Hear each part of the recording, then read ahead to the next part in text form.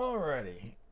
Back again on a Tuesday, continuing some Tainted Grail, and we're getting, hopefully, close to the end. I don't intend on doing every single quest and everything, but I know the main story, we have about, 2 more tribes to get in line, and one of them's just completely dead, so I don't know what the fuck we're going to do besides get One Eye there. And then we're going to have to see what the game does after that. I assume there's a part where we're in Avalon, unless Avalon is just a large set piece of us just, like, fighting and killing everyone. That's a possibility. Or whatever's going to happen. Considering half the tribes that they want to unite to fight Avalon are just fucking dead. Not my fault, actually. However, what is my fault is the Alchemist Guild, which... I don't know, lady. I think you all are kind of fucked up. Even you, your little pet frog, is because you lobotomized it into following you, which is fine, I guess. But, like, it's also weird that the Alchemist Guild story stops there. Like, there's just no more. Like, I killed her because she was also trying to do sacrificing shit. And the game's like, alright, well, that's the end. None of the other NPCs have any conversation about it. Whoop. Speaking of which.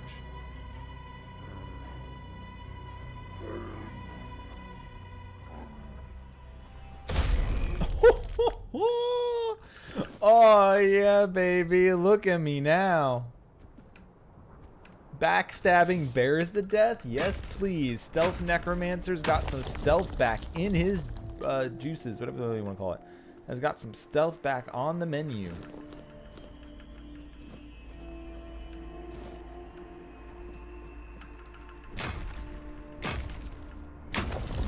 Gotta change these gloves off too. At some point. Right now, I think my gear is pretty solid. But like I said, the crown is never coming off. This cloak is almost never coming off. Extra loot? Yeah, who cares about stats? I want extra loot. The chest, honestly, is fine. Extra mana and increasing casting speed has been very helpful. Never taking that off. This is increasing my physical power by my spell power, which works since I'm like a melee caster build. So this has actually been working quite well together. And I do have a pretty large amount of spell power, especially when I have my summons out. When I have my summons out, they boost my spell power, which in turn then boosts my melee power. So, like, everything working together in, like, a spell blade is working quite well. This is giving me lots of mana. That's giving me movement speed, a lot of movement speed, which is just incredibly good, which is probably going to stay on forever as well. The only thing I'm not really sure about is the leggings. Like, I do have leggings that can boost my stealth, which is, like, the last little thing that I need is, like, more stealth boosting, but there's probably some better leggings to get at some point. But 17% extra mana is very good because it keeps my mana pool very large. So not only can I have lots of summons out, all 6 of the summons I'm allowed to have out, but it also allows me to cast a couple of spells in between the summons. And also having my summons out also increases how much my mana regens. So I can cast a couple fireballs, run in with the sword, get a couple hits, run out, and fireball again. Very, very, very good. Only thing on my build that's suffering is the stealth part of the Stealth Necromancer. And also the fact that I don't have fucking skeletons, I have duendes. Which, look, I like my duendes. These things apparently just don't take fucking damage and they can dodge out of the way of my opponent. But, like, they're not exactly skeletons, right? And I've seen other skeleton models, so there has to be one more summon. Ah. Hit it? Oh, sorry. I guess I was too low to hit it. Everybody knows that bears have armored stomachs. Or throats. Yeah, I've already been in that one. Rise the mountain face. Yeah, okay. So that's the destroyed village. That's one of the barbarians' destroyed villages. So let's get that last part, because that also ties into the other village that I need to do. And defeating their guy who got turned into a half-giant.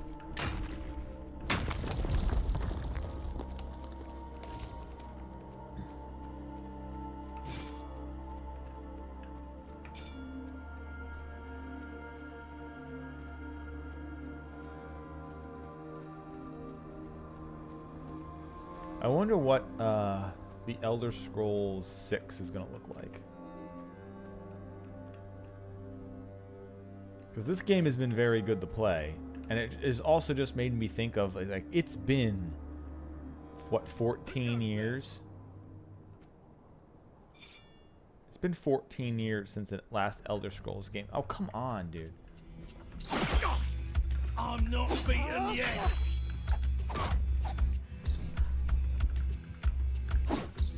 Your wealth is ours. Out of here.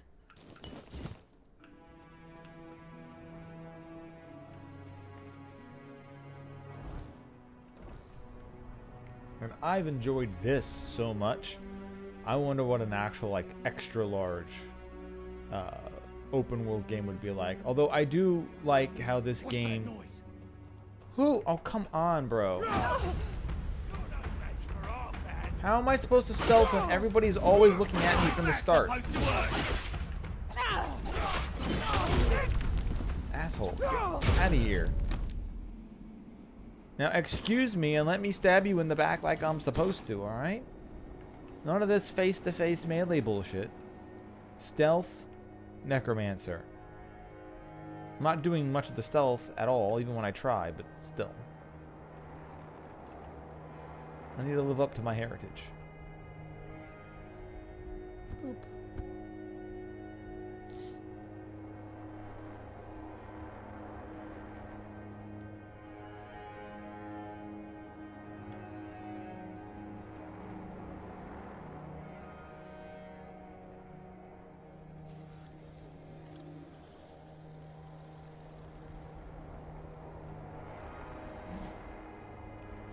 Whatever you do, don't turn the fuck around.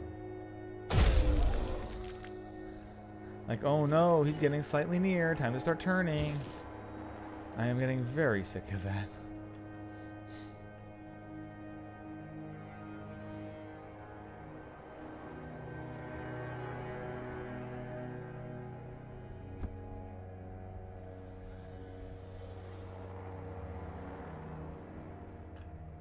Oh, well, that wandered into me, even though I thought it was up there and wasn't going to come down.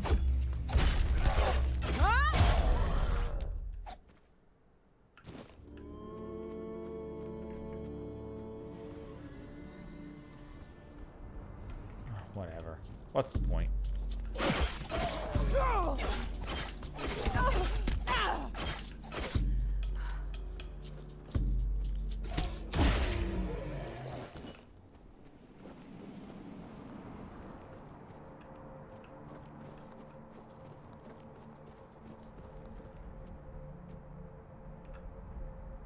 Okay, another zombie who's innately just staring right in my direction.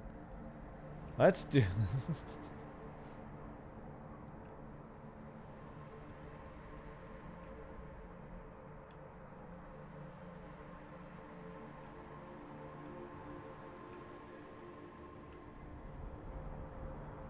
Man, the things I do just to try to get one backstab.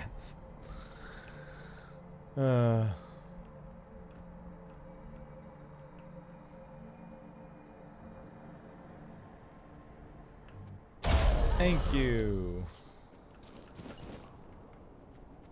All I'm asking for is just one, man.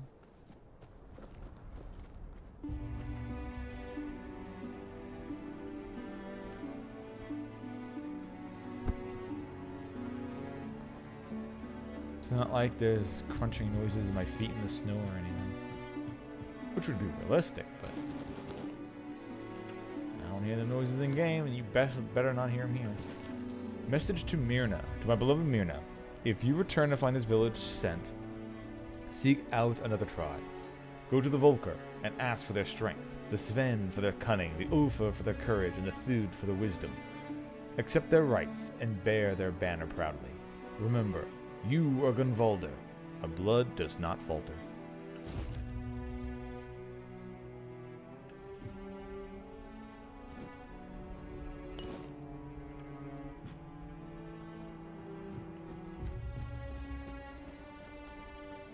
Alright, let's get my last piece of wisdom. Also, I wonder how I'm supposed to actually get these guys to join us. If that's even a thing we can do. Unless it's supposed to be just go back to one eye.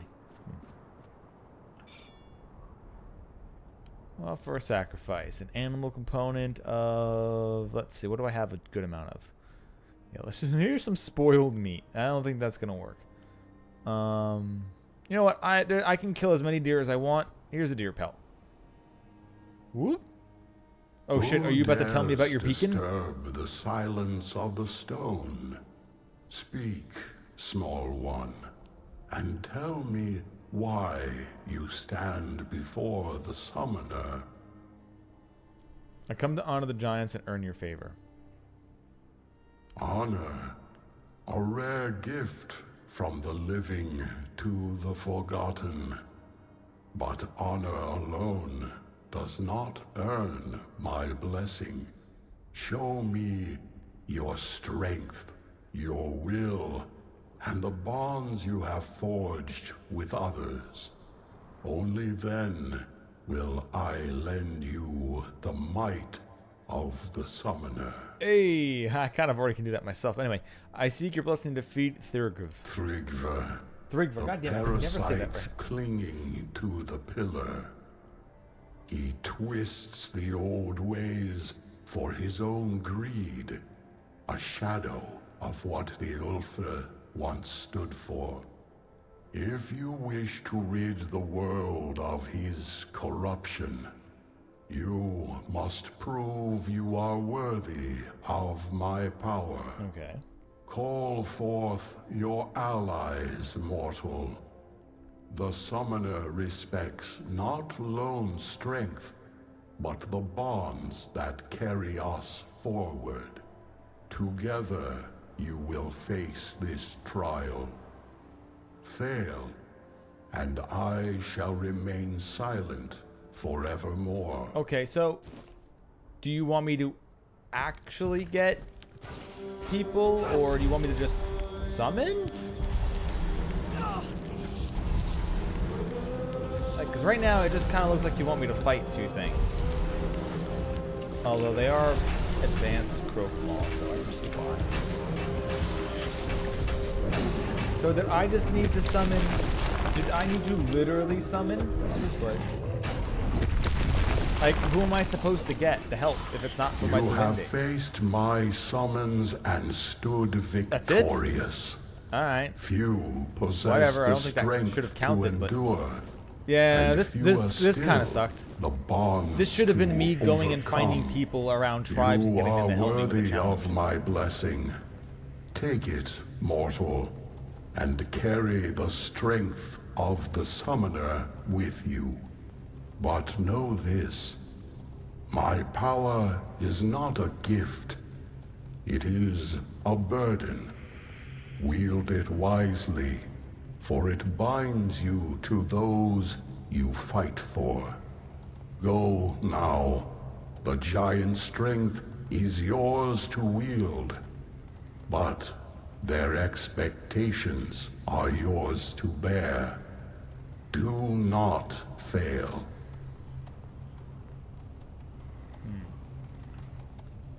Alright, sure, whatever.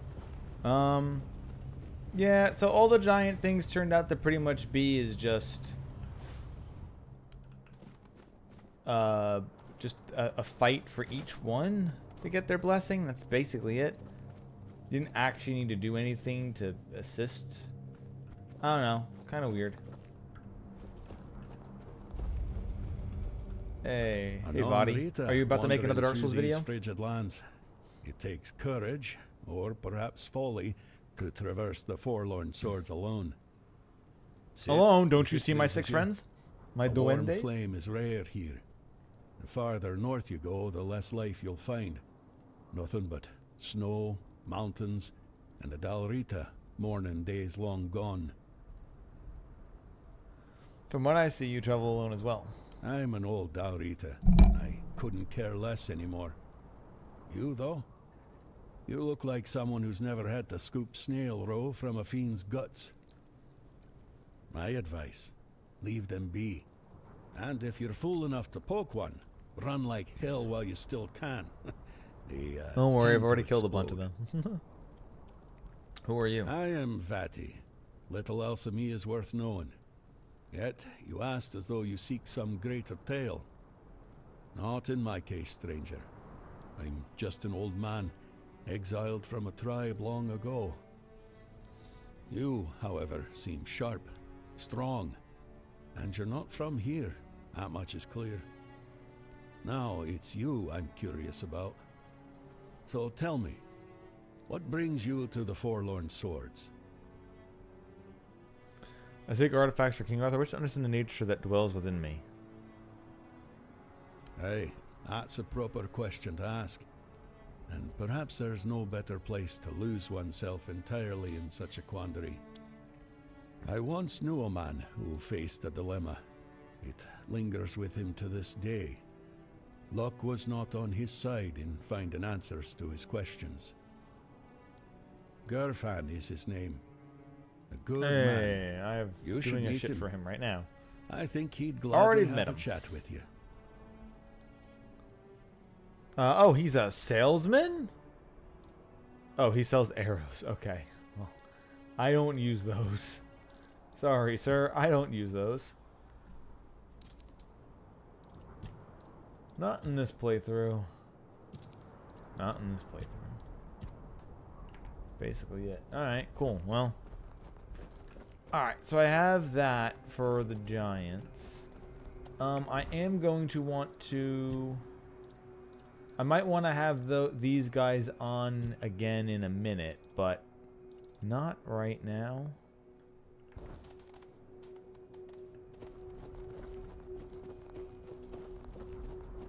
But it doesn't matter. Let's warp. And we'll hand in the fact that I have all the blessings now.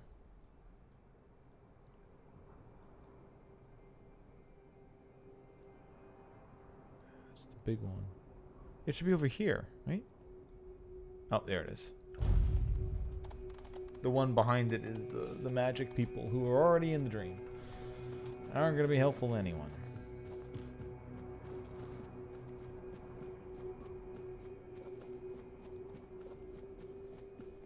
But yeah, I'll wait to send my summons back after, what? Let's rise the mountain, face the storm. That's what we're going for here. What you're telling me now.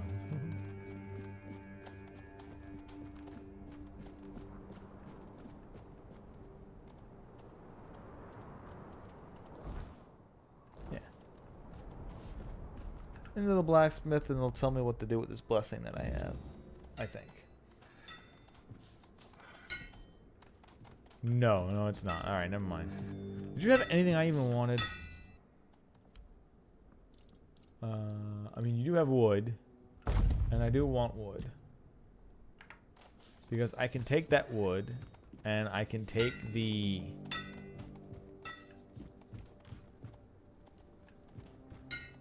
titanium that I have. Alright, where the f is the workbench? Where's your workbench, asshole? Really? How is none of this a workbench? Please. Where's... There it is. Okay. What just please tell me where to craft my shit, man. Alright. So that's the hot goo in the wood. So we can easily craft that. We're just going to craft it all. I'm going to need a lot more titanium, but... because I think some of my stuff is upgraded through titanium as well. But if there's one thing I could always use some more of, it's 11,000 more gold. For my eventual upgrades.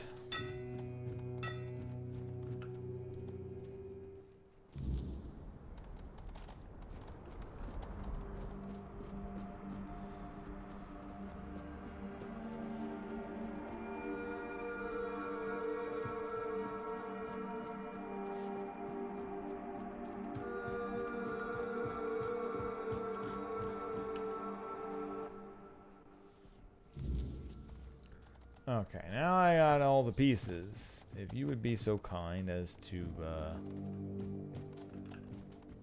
Inject the magic into me. Also help me with the stonemason thing, traveler. which has just been hanging around forever as well. I've gathered the giant's By blessings. the stones. You've done it. The blessing of the giants. Do you have any idea what you've accomplished? Forging a weapon from them is the pinnacle of the Stone Warden's craft. Sure. It's a feat spoken of in tales. Better be a but weapon I never want to use. achieved in Probably living not, though. memory. You've brought us to the peak of what we can do, and surpassed even that. Will you forge it? I want to forge it myself. Ambitious. I respect that. The forge is yours, but I'll guide your hand. This isn't something to take lightly.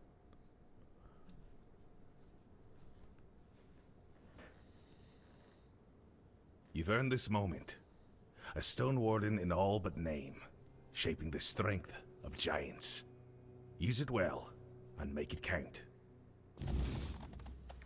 Alright, Giant's Grudge.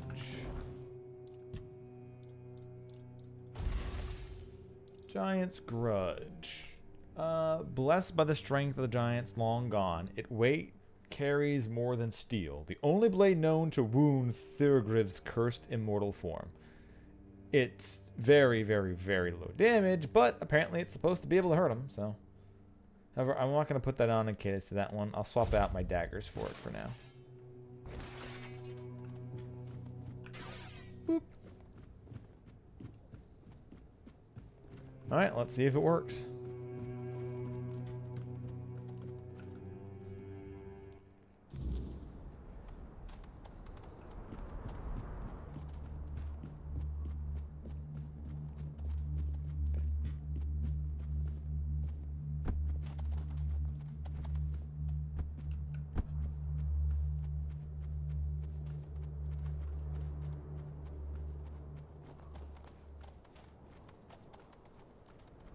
Going to hit a quick save.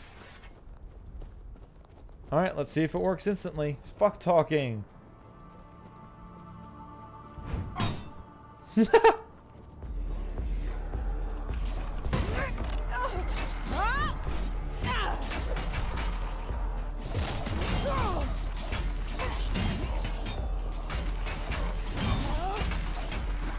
I kind of do want to talk though. I kind of do actually want to talk to him. Well, that was a quick save, not my... I know the quick save is what it did, not the autosave, but yeah. I actually do want to talk to him and see what he says. And just running into him and smashing away.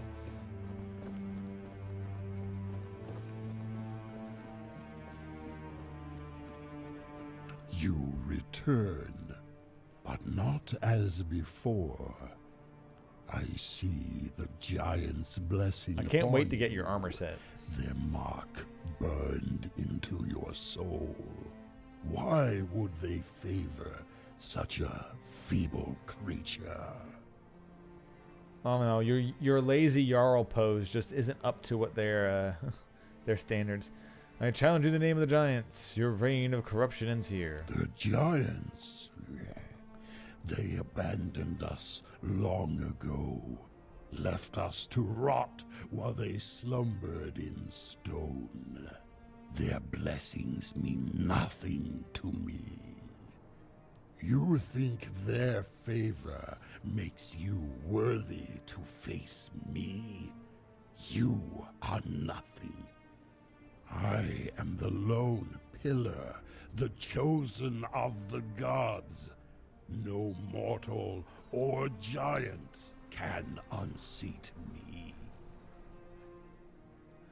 You are no chieftain, Thurgva. You are a parasite, clinging to a legacy you've corrupted. Enough! You dare mock the name of Tryggva the Unbeaten?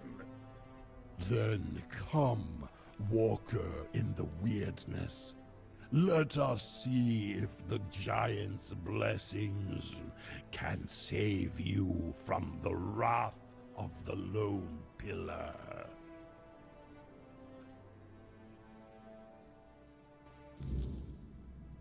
Oh, we're being teleported to a special area. Alright, cool. Lads. See if you can actually hurt us.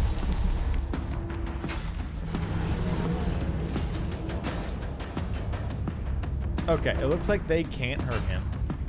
That's good. They're not breaking the rules. Did that actually damage him? It did not. Okay. You do, in fact, need to fight him with the sword. Good.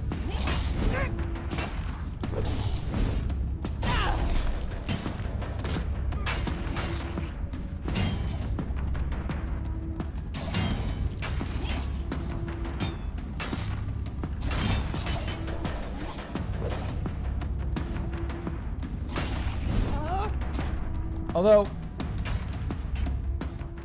we're gonna load. We're gonna load back to that quick save, considering the conversation really wasn't much of anything. We've at least seen the conversation, right? Right. So we're gonna do this. Alright, lads.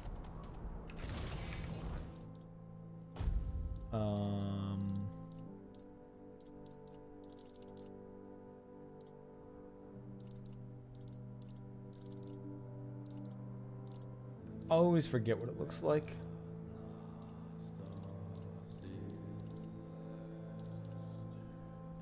Soul Savage, there we go.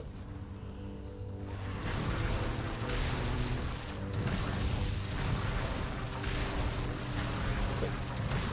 You little shit. What the fuck? The hell is this? There we go, okay. We'll put live transfusion. Is that the one I was using? Yeah, I think so.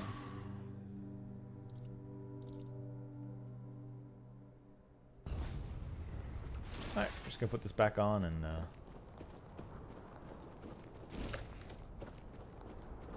quick save again.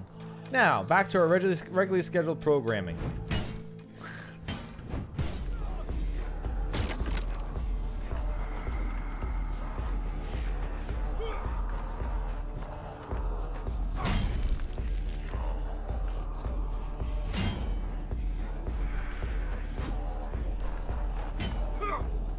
It's over. I have the low ground, Thirgva. You can't hit me.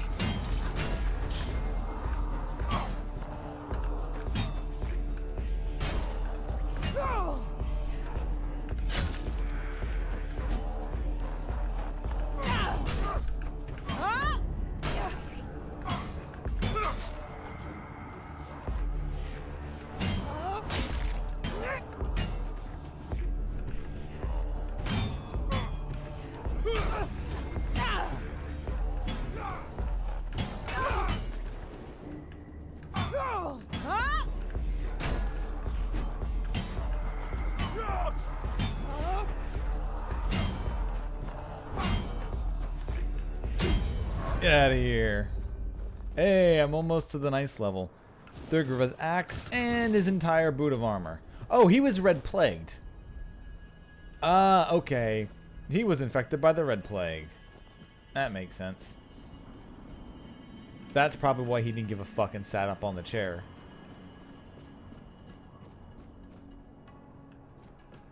Let's see. What is his stuff? Regular boots. Useless. Get out of here. Regular pants. I'd probably pick those up somewhere else. Titan steel helmet. No magic. It's just armor. Ulfur's Titan steel armor. Just armor. Ulfur's Titan steel gauntlets. Just gauntlets. Works for me. And Thrygvir's axe. Thrygva's axe. Critical hits against enemies with... Oh, it guarantees a critical hit against an enemy if they're at max health. And critical hits with this weapon deal double damage. Makes sense. So your first hit on an enemy, especially if you're bulked up in strength and attack power, is most likely going to be a killing blow. So this is definitely a you don't use tricks, you just charge in and smash stuff, which for my next run where I'll do mostly melee, this will be a really cool weapon. Where I do like two-handed, sword and shield, and bow and arrows and unarmed. Alright. Please tell me the quest isn't just... No, okay, it's not broken. It just is holding the mark there. I was saying, wait, I'm supposed to fight him inside the magic realm? Fuck that. I'll fight him out here in the snow. However, the current weapon and everything that I have here isn't what I'm going to be using, so I'm just going to sell it. Since I don't even need this stuff for the X-Mog, I can just kind of have the X-Mog. I guarantee.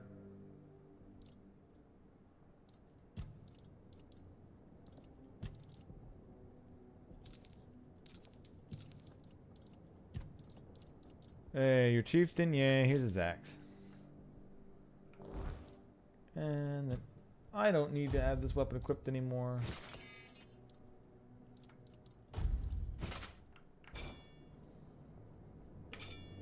I'll deposit that now. Since it's still money, but you know what? It's special enough. Wait, you went through all this way to get our blessing just to ditch the thing? Yeah, it just kind of did. It's got no damage on it.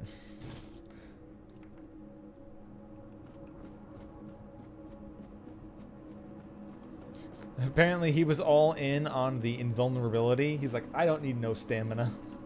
I'm invulnerable. Who needs HP? Time to make his stamina my dump stat. The constitution my dump stat.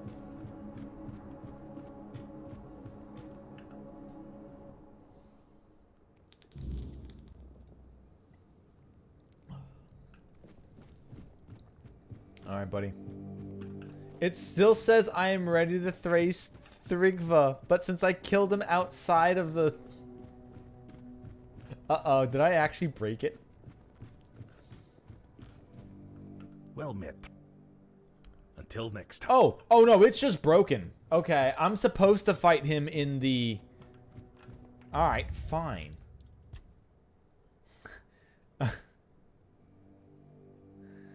Apparently, I am supposed to fight him in the special magical zone. Otherwise, the quest doesn't count it.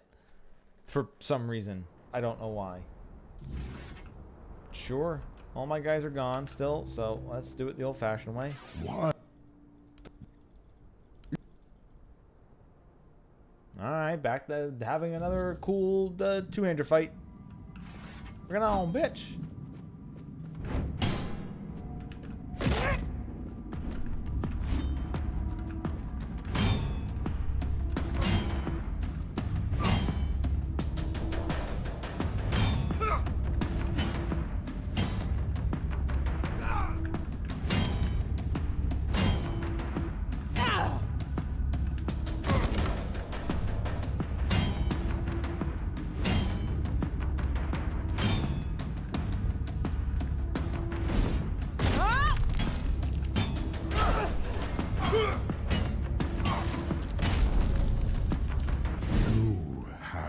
Okay, there we go. Bested me. The lone pillar has fallen. But you are no Dalrida. No outsider can carry the mantle of chieftain. All the voice actors are just skipping that first Needs A. one of its own. Speak, conqueror. Who will take my place? Stronir. He's the one who fought hardest for the tribe's future. He deserves the lead. Davnar. As the Master Stone Warden, he has the strength and wisdom to lead. Who the fuck was I supposed to I think it's the Master Stone Warden, right? Darvan, the old warden. A man of stone and will. If he can bind the tribe together as he does the forge, perhaps he will succeed where I failed. Bear the weight well, Darvan. The Ulfa's survival depends on it.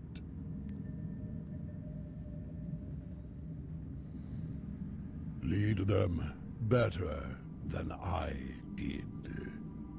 Protect the Ulfa. Restore what I let fall.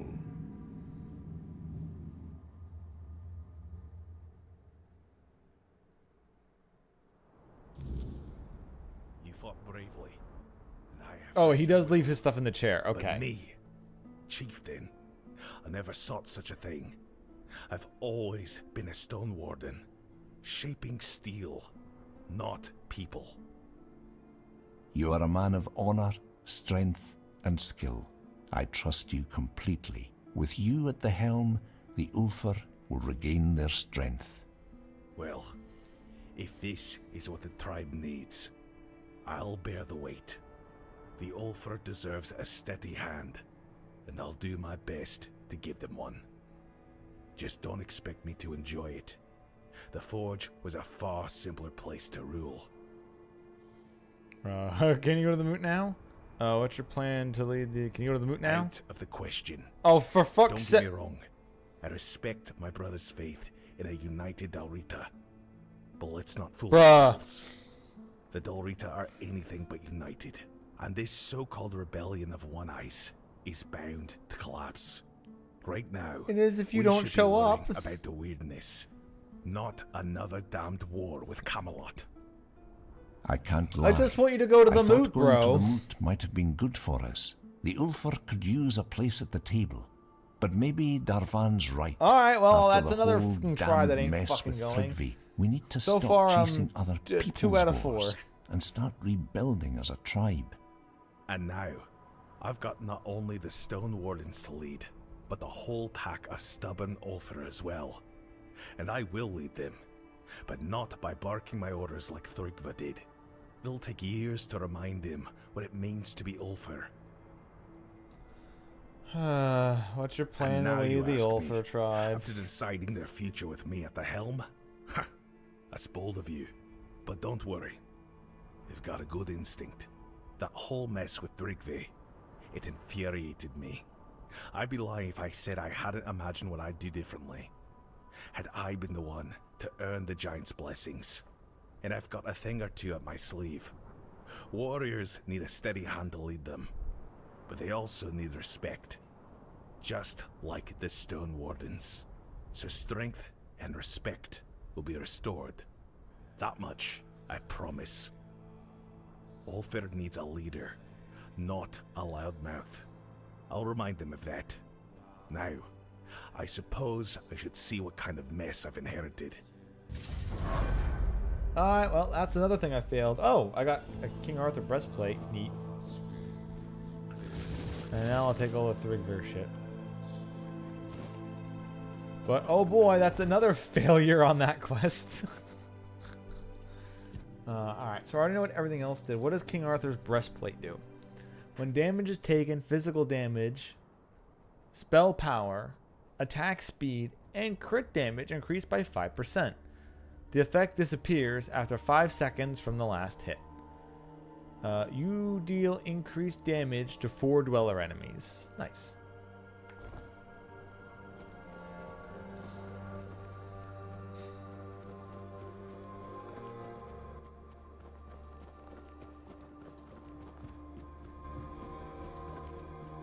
Well, what I'll do is I'll deposit that just to deposit it, but I'm still selling the rest.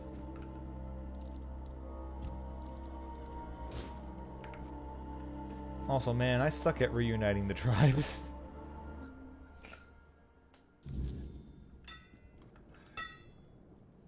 Yes? I guarantee... Yeah. Alright, here, take the armor again. And the big weapon, there you go.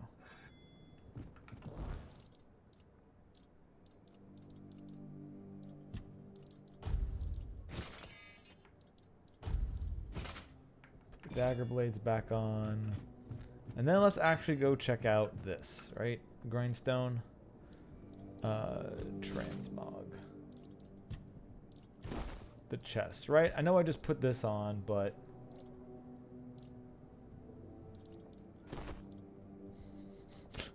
Big ass King Arthur breastplate.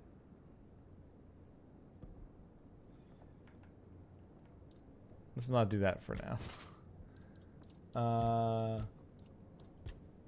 Have I gotten anything that's supposed to be like King Arthur's? Anything else? Or did I just get this breastplate? Weird that I got it now. Not sure what for. Yeah, even though I sold it, it's still there. So anytime you pick up one, it gets saved to you. You don't actually have to have the item still, which is very nice. Adding a transmog system is very cool.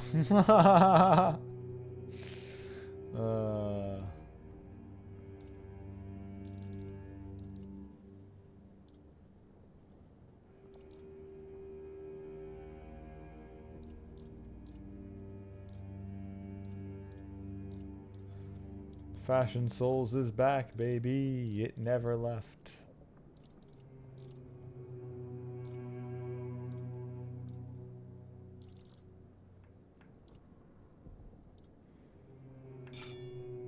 Okay. Well, let's see in my quest log. The long defeat. After finding the first two parts of King. Okay, that's the long one. But divided we fall. Well, I failed to convince the Svein and the Ulfr to show up to the moot. Only the feud and the Volker. Which the feud is one person. The feud are literally just one person. Oh no. I guess I'll take maybe I'll keep that two-hander with me since I guess it works on giants. I don't know. Let's see. This is just a Horn to the South one, which I've never done. Forlorn Swords, Quanot, Horn to the South. I found the letter. That's another Horn to the South. All right, so I don't actually have anything here left in the swords besides. Nope, that's Horn to the South. Horn to the South. Miscellaneous for the huntsman thing, and then just some mucus for the blacksmith. All right, so I've finished everything. Everything that I feel like doing is done, and this was the last tribe that I failed to get to show up to the fucking moon. So the only thing I have left to do. Wait, what's this? Call the winter moon? Oh, that's just the mucus. Which I guess if I find some more snails, I can just come back. I think I know where there are some snails. It's at the bottom of the elevators where I fought my first ones. So I can kind of hand them back to the blacksmith and see what happens after that. But besides that, it's just we gotta start the moot and finish. Oh, there's also something over there apparently. And yes, here's what I was looking for.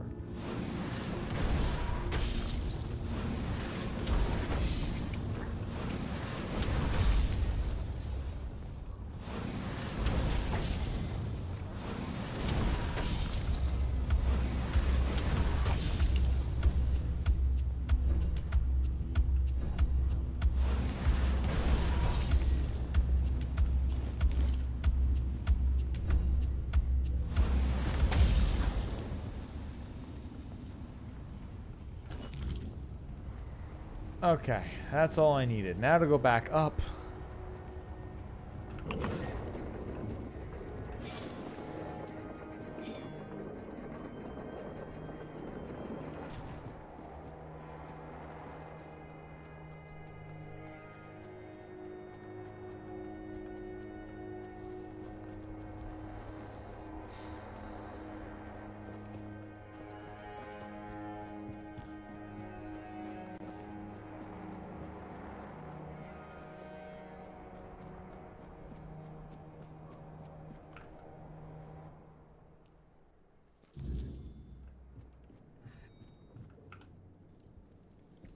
Here's your mucus. I imagine not.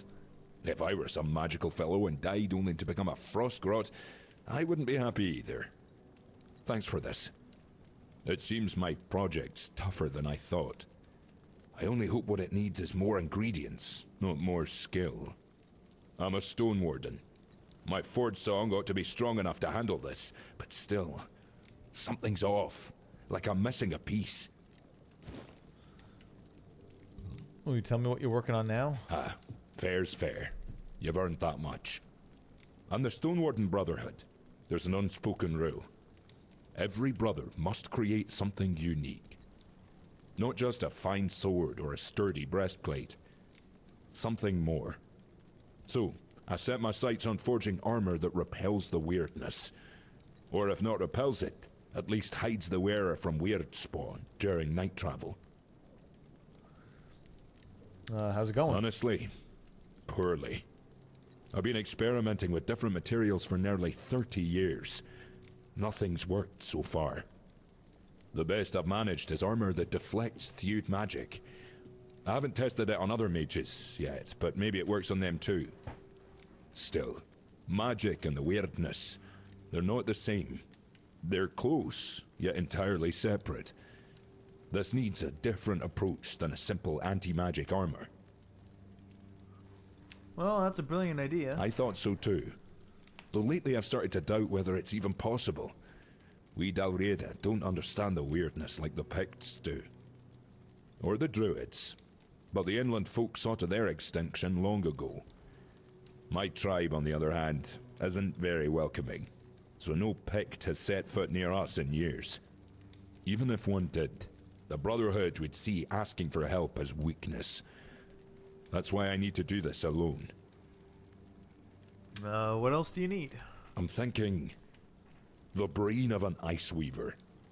If I can balance fire, magic, and frost, maybe then the armor will finally do what it's meant to do.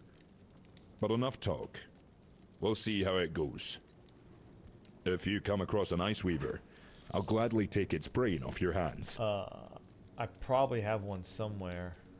Hold up. Farewell. Hold up.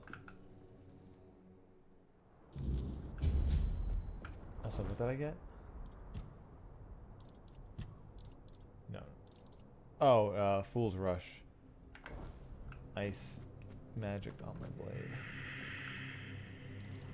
I need a Chill Weaver's heart? I don't...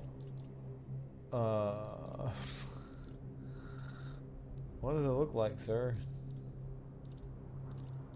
I don't think it's any of these.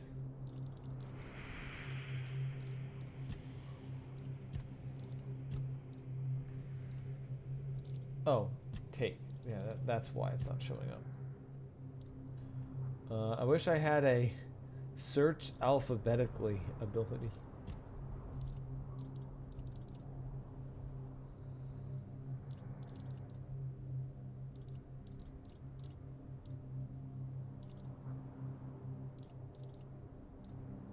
Frostbitten skin.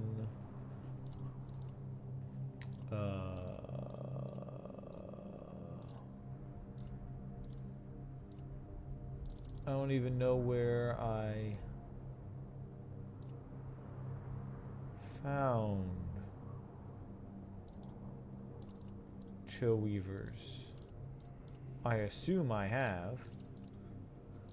Like, I assume it's those druids, right? It's like the dryads, but they're made out of ice.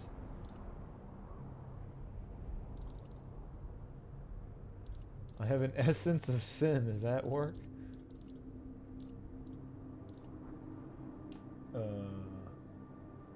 Keep going. 3 out of 10 subs. Shut the fuck up, Twitch.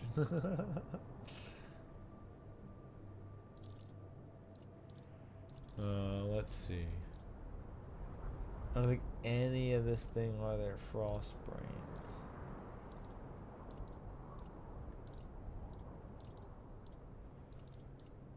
Unless it's here. Phase blood, monster brains, blood clots, resins, toes, meat. Nope, nothing here that is that thing. Let's see. I doubt it's going to show up on the map where I can find them.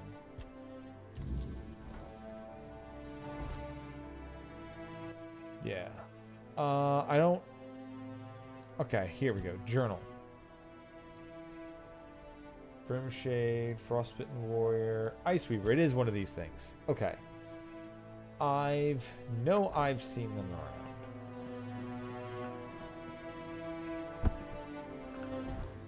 I've seen them around here. I'm pretty sure. Fuck. I keep forgetting that's very far down.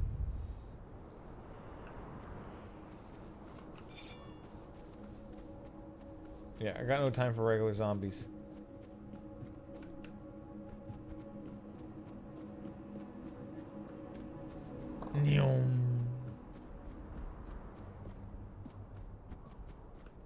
Pretty sure I've been attacked down here by an ice river before.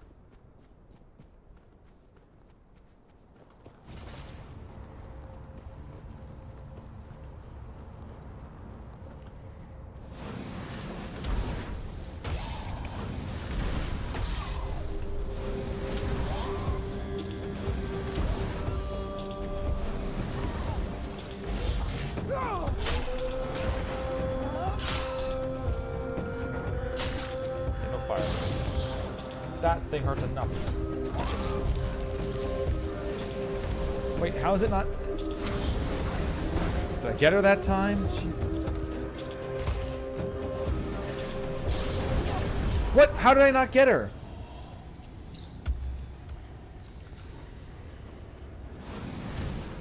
The fireballs keep going after something else. Get over here. Rain this brimshade. Pain in my ass.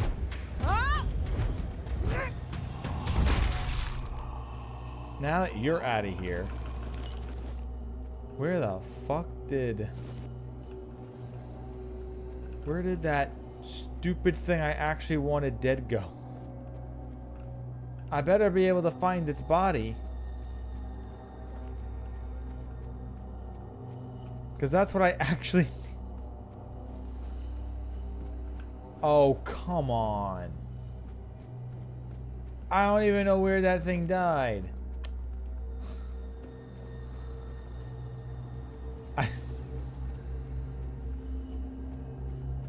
Oh, this is horseshit. What the fuck is this?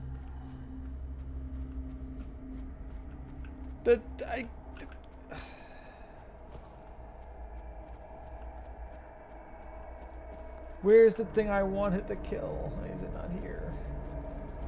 Why is only this thing here?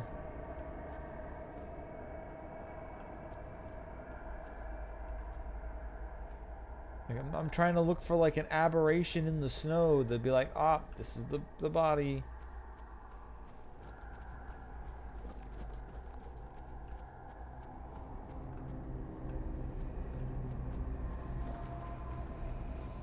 Looking for like yellow snow or something. Seriously, where the fuck did it go? How the hell did I blast it and then it just poops out of existence? I don't even know where I found another one.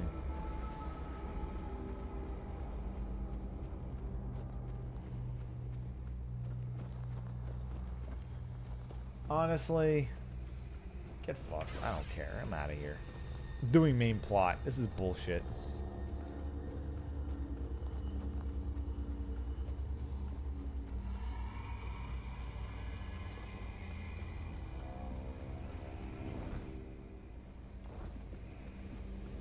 Screw your blacksmithing bullshit. I'm out of here.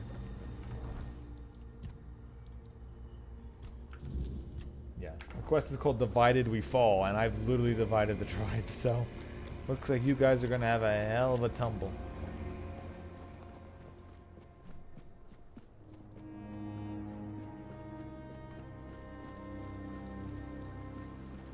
Hey, how's it going, Griefanar? Regarding the move. Yes? Who have you managed to convince? The Swain god will not appear. They are bound to their god. Ah, that cursed stag father of theirs. I've heard the rumors about what happened in the Swain village. Even weakened, they would have been an important ally in the war to come. A war that might never happen if we fail to gather enough strength.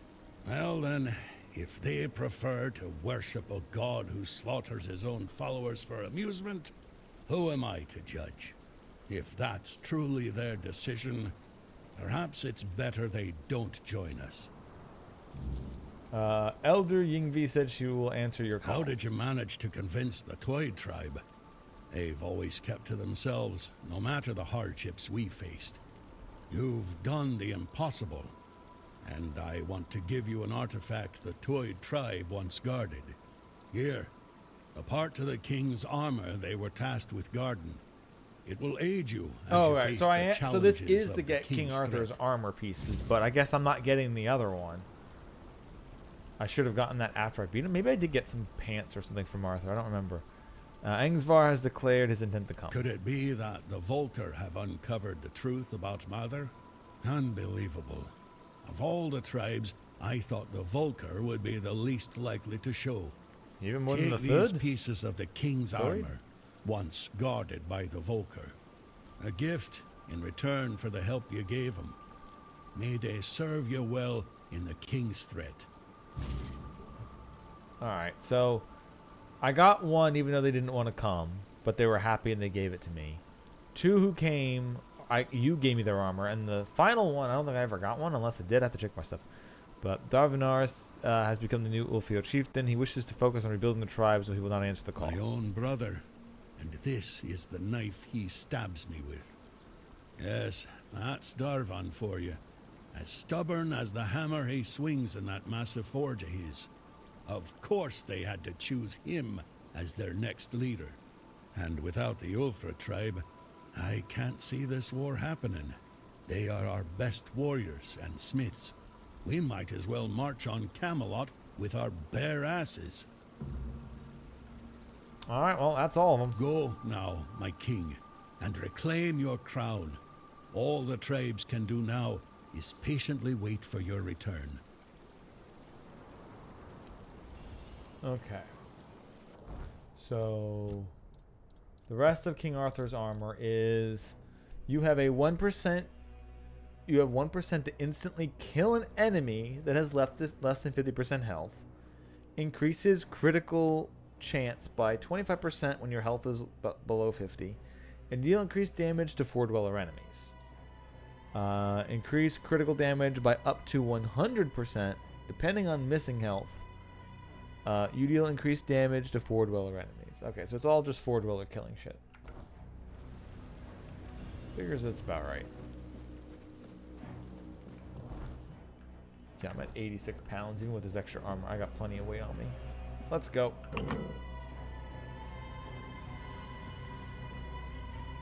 I did my shit with the tribes. Fuck them all.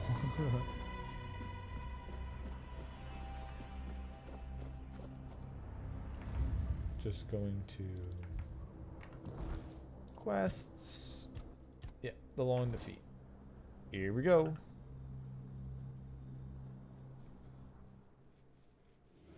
Probably gonna fight more four dwellers, and that's why it gave me the But I don't need this. I'll just fight them on my own, damn you.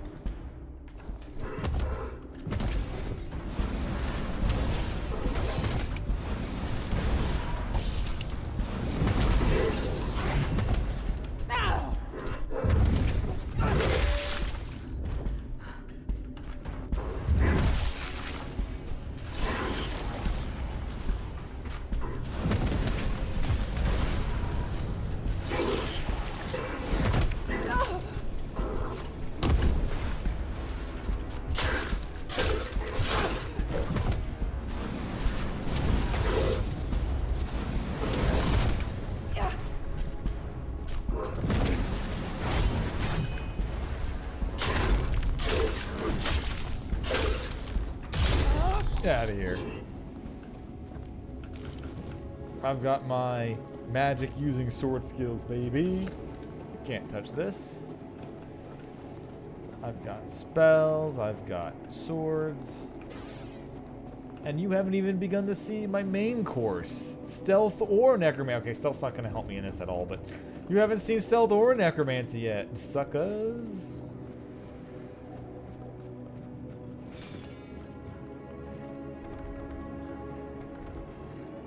Okay. So I'm going Backstab a tree.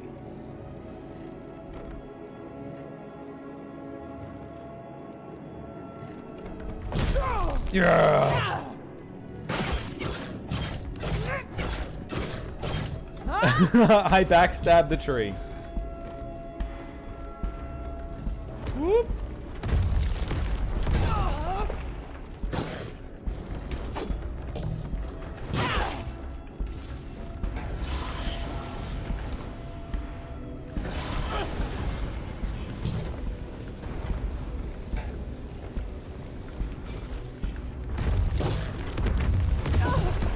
Ow, god damn, that fucking hurts, man.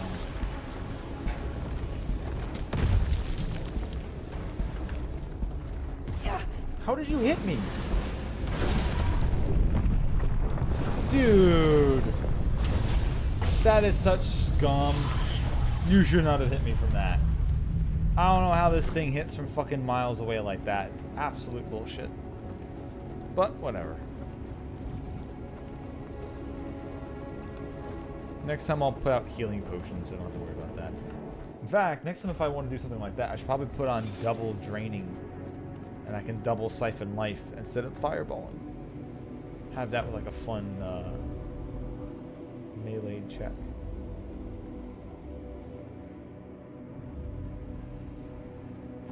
Ooh, actual giant up there.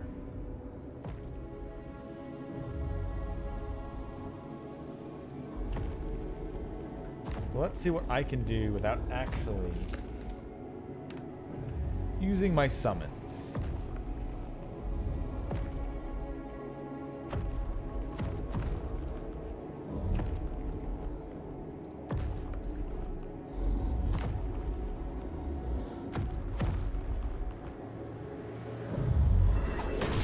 Okay, well, I got detected, and I got hit really hard.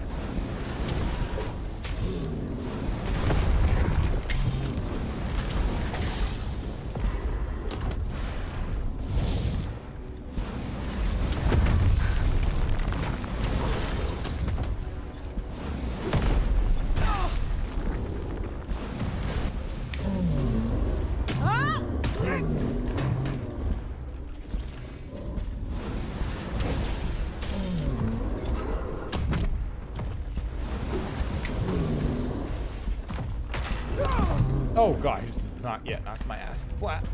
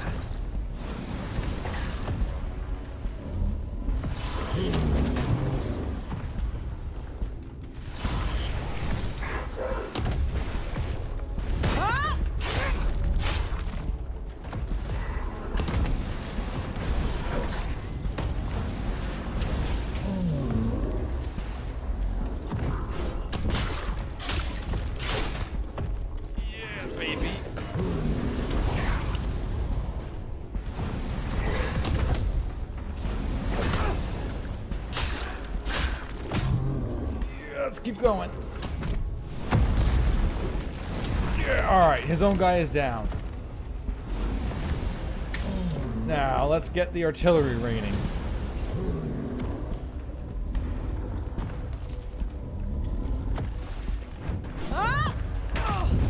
Yeah, okay, he has an AoE knockdown. That hurts.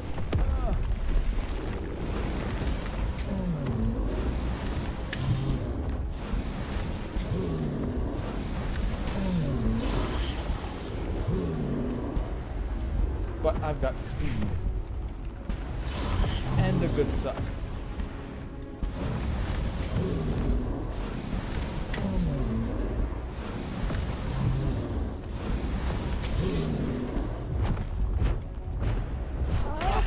Shit. Ow.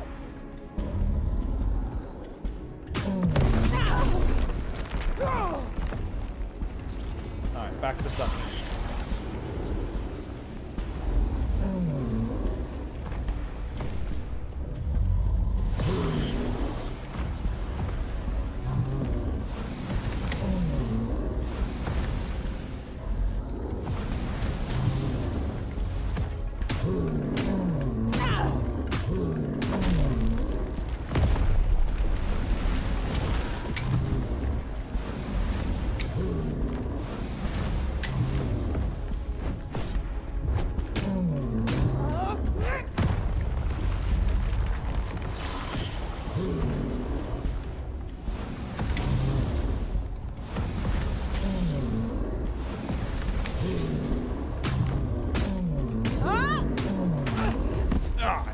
backswing. Don't worry, baby. I got you still. So, coming back in. Whoop.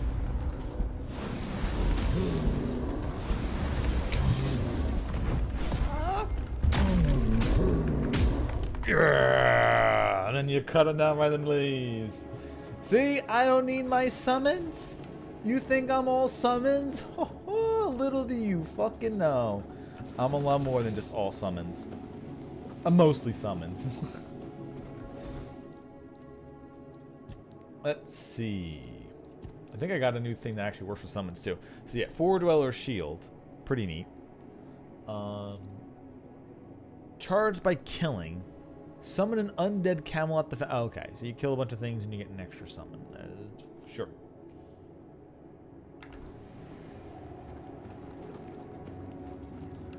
Yeah, baby. Shit.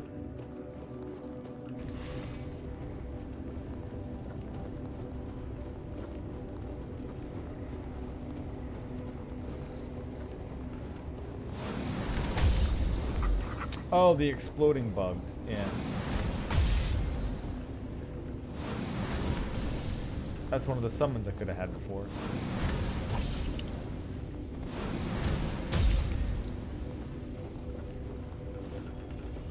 Oh, and they come with their own special nonsense. Origin potion in case I want to mess around with my stats again, which I might want to at some point. Oh, hello.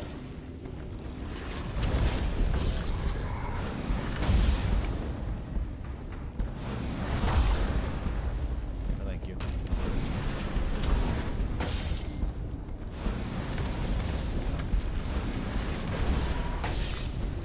That's right, you get stuck in that wall.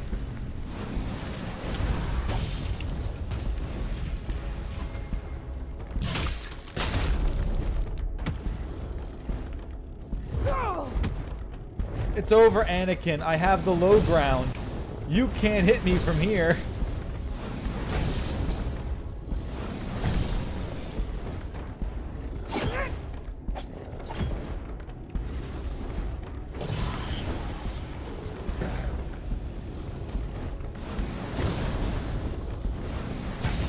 Okay, well. Ah! Okay, he found a combo that hits me. That hurts. Yeah, okay. It's just, it really is stuck up there, huh?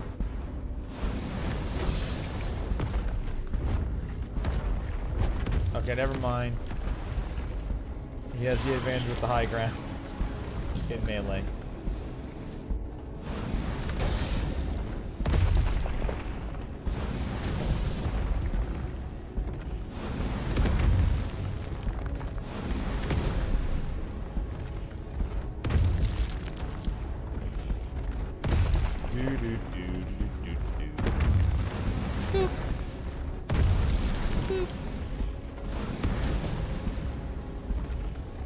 Yeah, I don't know how he's coming down from there.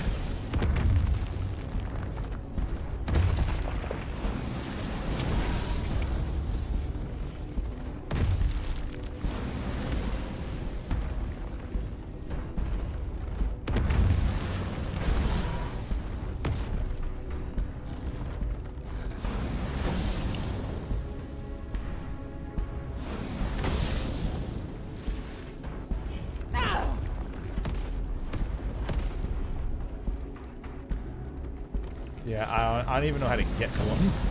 To melee him.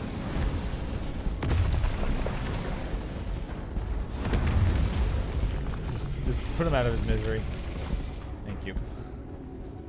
Alright, now I did dig up a potion over there before. So is there any other potions for me to dig up? Or any other things that are just kind of like in and around that it's like, yeah, you get some extra loot.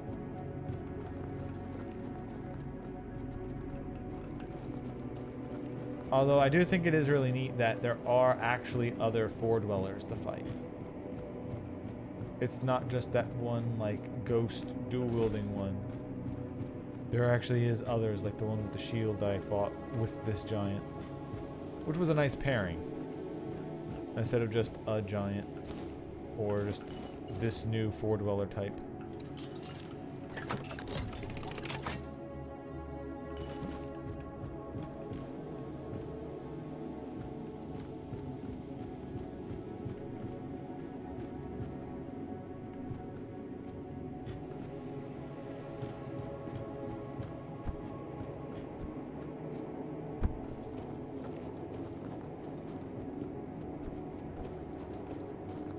Okay, good enough.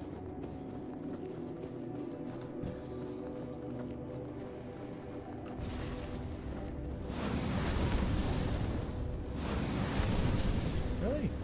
Thought I threaded the needle on that one. There it is.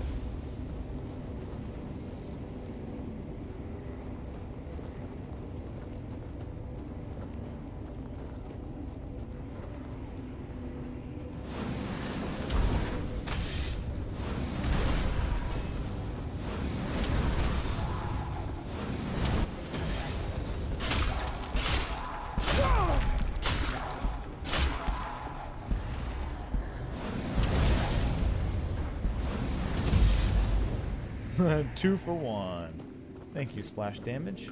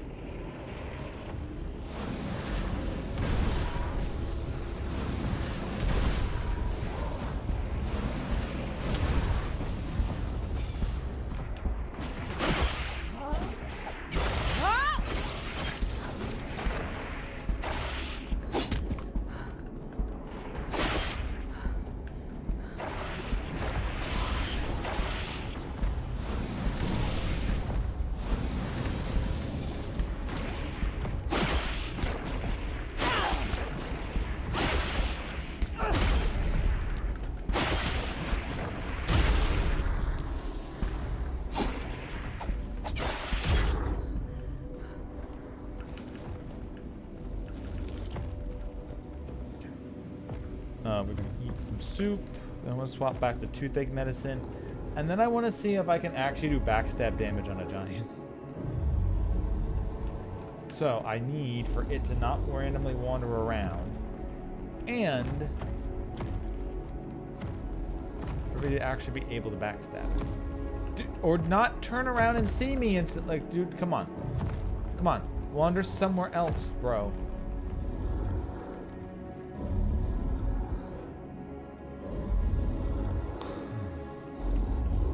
Dude, come on! No, don't just detect me. No, I'm loading. Fuck off. Come on. You're wandering around in a big circle. You can't just pivot to me instantly. Come on.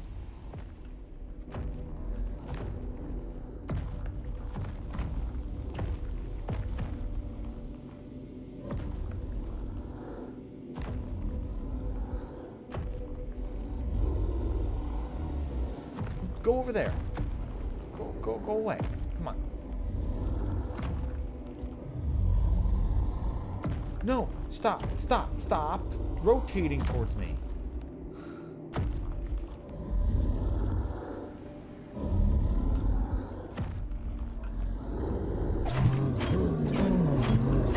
I don't know if that counted or not.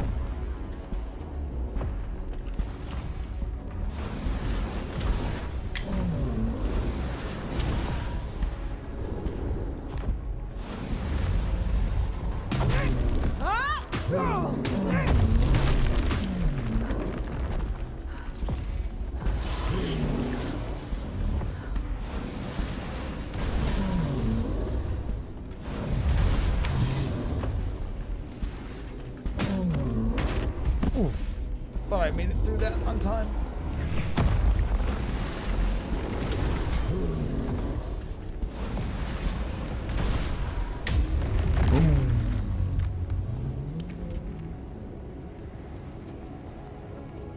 Yeah, face down, ass up position. Yeah. Okay, that is a perfect crumple. God damn. Now that's a submission pose. I'll tell you that much. God damn. And we'll celebrate this by having some more soup. Tasty, tasty soup.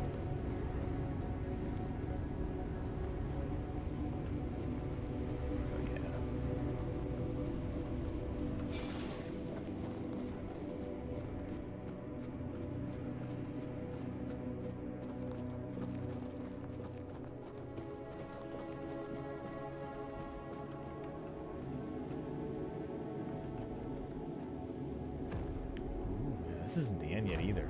Ooh.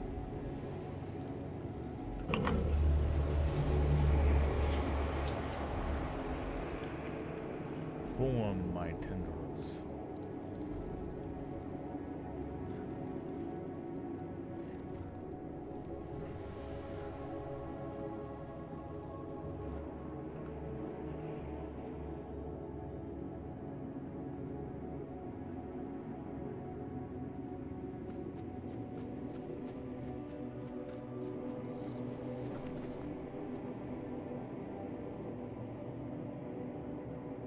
That's definitely facing my direction.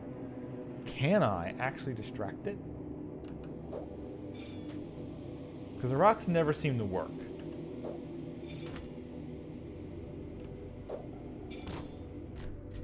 Hey, I was proven wrong. It worked.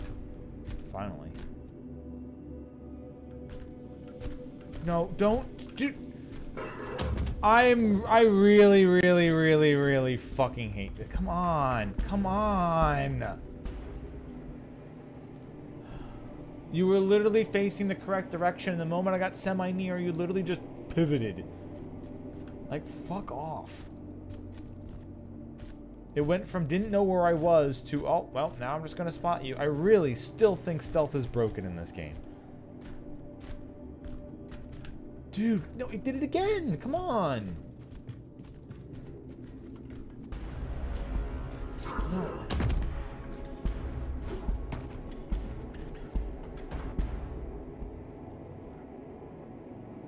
Can we just not do this? My backstab is not even going to do that much damage to you. I don't know why. It's so frustrating to get stealth to work.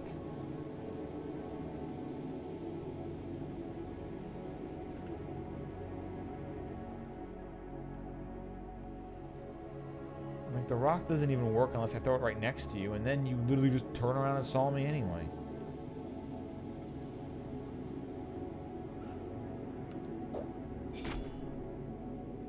Come on, bro.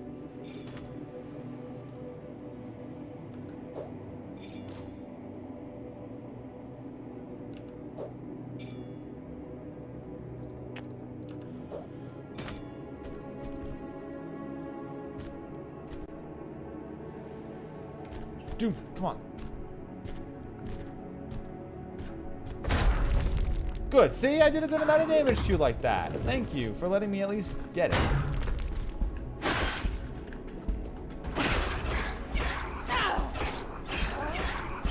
Actually drained his stamina with that backstab, which is cool.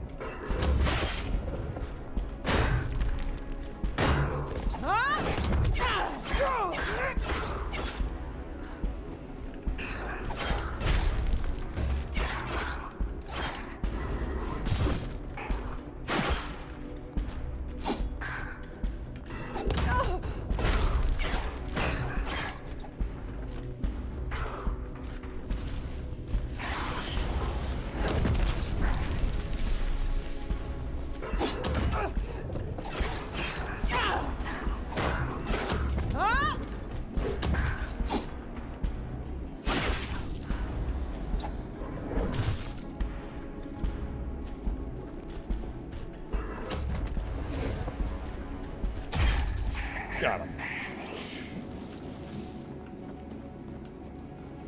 Cut him down with my blades. But yeah, it is, once again, very nice to see how much all my forms of combat that I've chosen are useful. Oops. Except for stealth. Stealth really is just kind of a fucking gimmick. Like, it's clear the thing didn't even know where I was, right? Like, the AI is not just saying, oh, I detected you, so I turned around. The AI wandered over to here where I threw the rock. The moment I came near, it instantly went, oh, player's near, and then reacted. And then if I didn't turn perfectly with it, he then just walked over here like he was wandering to find out what's going on. Like, so it's not like he knew where I was and was going to spot me no matter what. The AI just rotates them to look where I'm in my direction for no fucking reason. Not because they detect me, just because. Like I said, it really does feel like it just is like the AI just goes, oh, he's here, I should turn around. Not, oh yeah, my stealth detection worked, he's here. It's getting very annoying. Or I just want to use like a basic part of my build.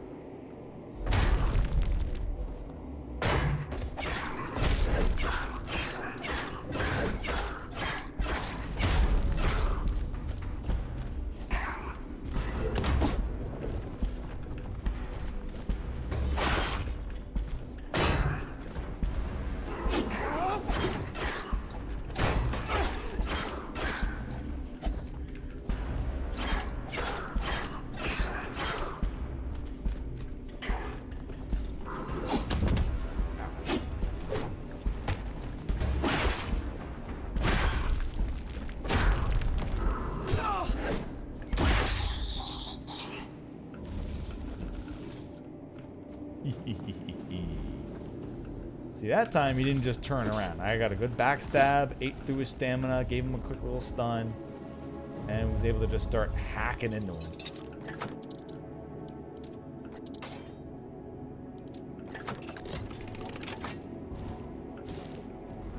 Watcher's Mantle. You are 50% less visible when stationary out of combat. Well, it says stationary. Okay, that's pretty neat. I don't get a chance at extra loot, but at this point... Glacial Vial. Instantly freezes enemies within 5 meters of impact. Okay, you know what? I'm putting on the Watcher's Mantle. Fuck it. I'm going extra stealth now.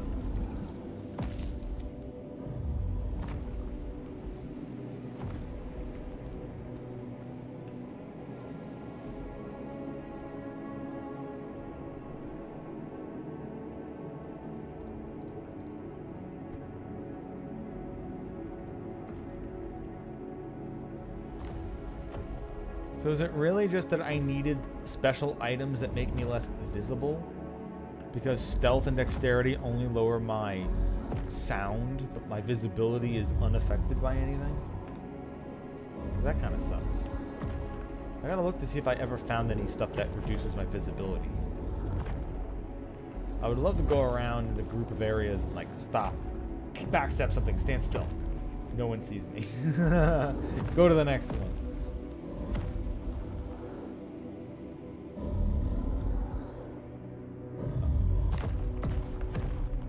Okay, so the key to this one is... Sit here.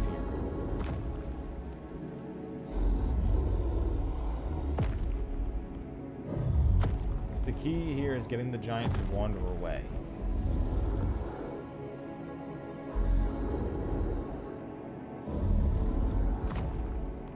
Well, I hopefully...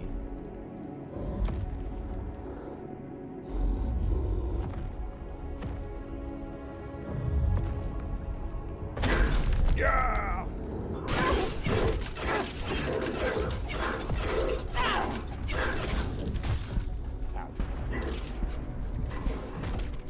Okay, I caught a huge chunk into that four dweller.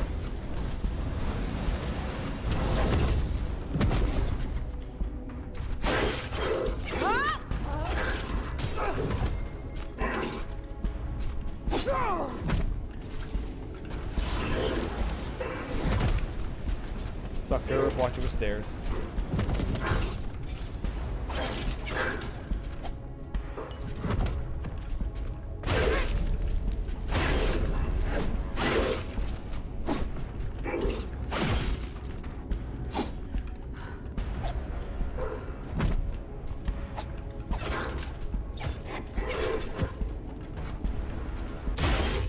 Got him. All right.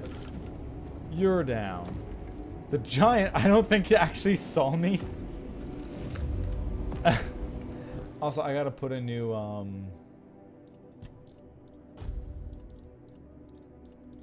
is that all my toothache medication? Or do I have, no, I have others. No, that's anti-aging. Oh wait, no, there's some more toothache. Yeah, put that on.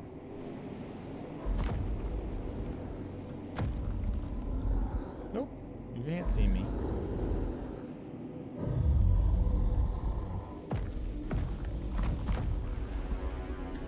No? Alright, fine. Okay, I want to see now that I've proven how much I can do, it's time for the lads to come out. I've one-on-one a lot of these things. I want to see what the lads do to a giant.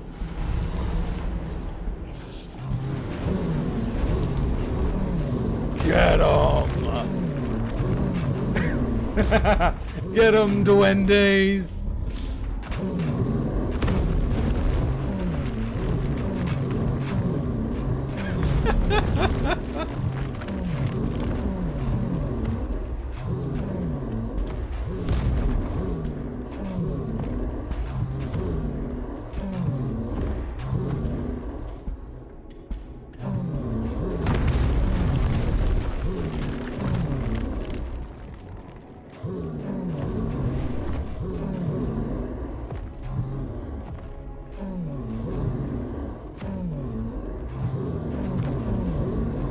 Stealth necromancer's back in the game, baby.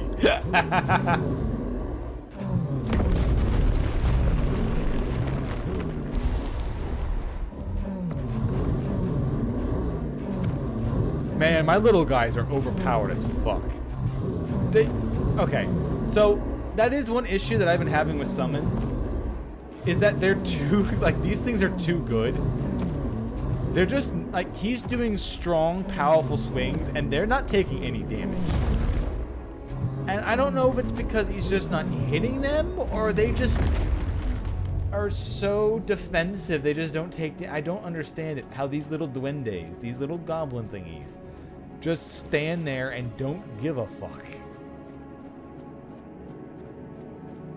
I don't know if it's because they have that dodge animation where they're able to dodge out of an attack, and this is just them doing that animation, but you can't really see it, and that's why they're taking no damage, or they're just that physically tough where they just don't get hurt even when they get hit, which is what I think is going on. I think they're just not taking damage, like they're just incredibly defensive for some reason, and I don't really know why.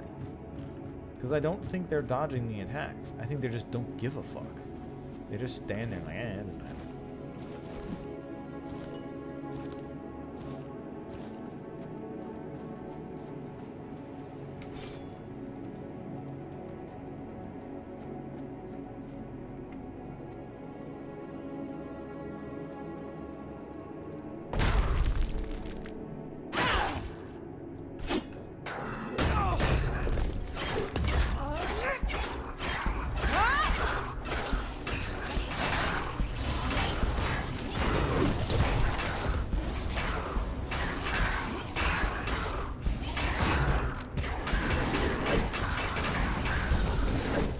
Boom.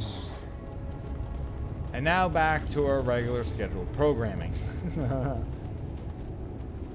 of me and the gang wrecking face.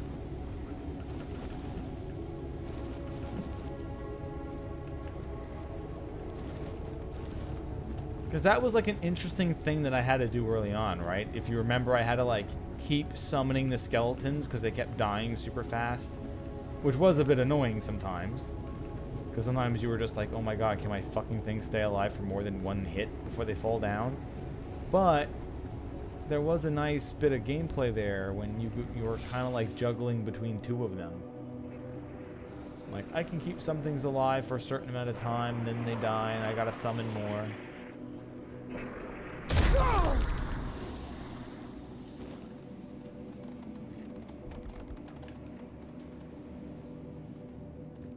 But like, these current ones are just so hardy, they don't give a fuck. Yeah, okay.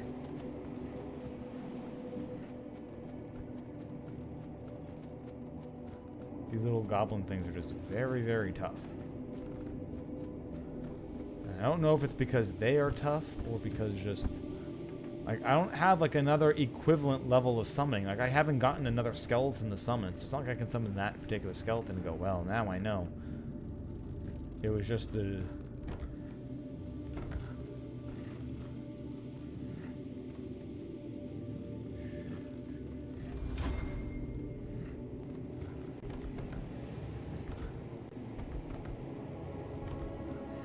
Oh, come on, Mr. Tree. Turn the fuck around.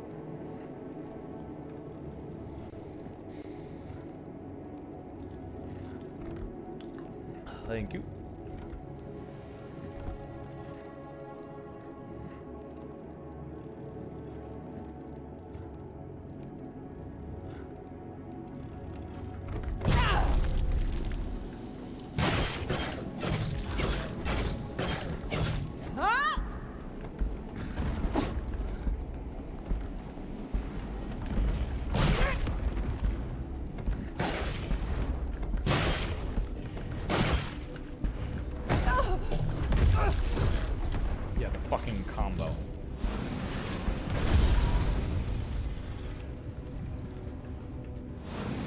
Oh, I took him out with the fireball. Ah, nice.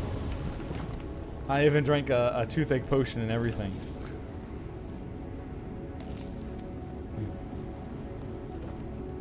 To not get clobbered by it. Okay. There's another bridge. Let's see, what did I get? Parade Blade. Blocking and parrying increases critical hit chance by 25% for 4 seconds. Critical hits decrease block cost and parry cost. Okay, yeah, so it's a loop. You block or parry, and then you attack. You block or parry.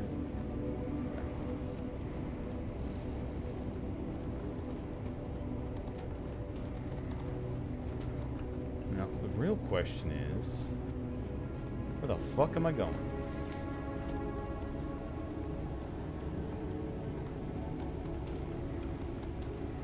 I sure as hell ain't jumping those cliffs.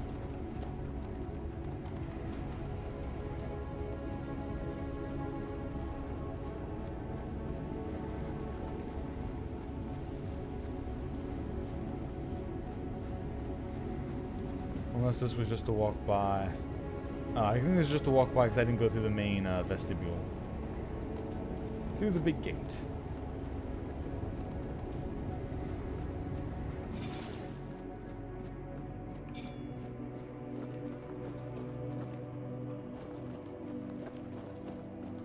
This is giant ass ribcage. Okay, is that our last? It's just another giant. Hopefully it's not just another giant. Save here. Let's go. I have my duendes with me, sir.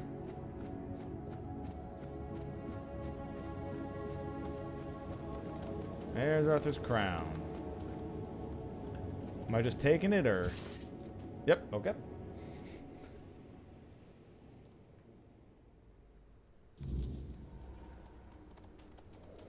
Oh, all right, yeah, it's not even a final fight. That was it. Okay. I'm gonna go put the last piece in the H.R. Geiger Arthur.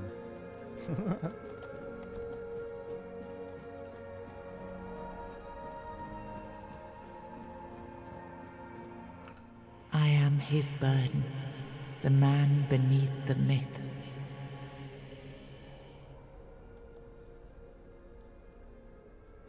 Bind the soul to stone. I am the face that time forgot, the name that was never enough.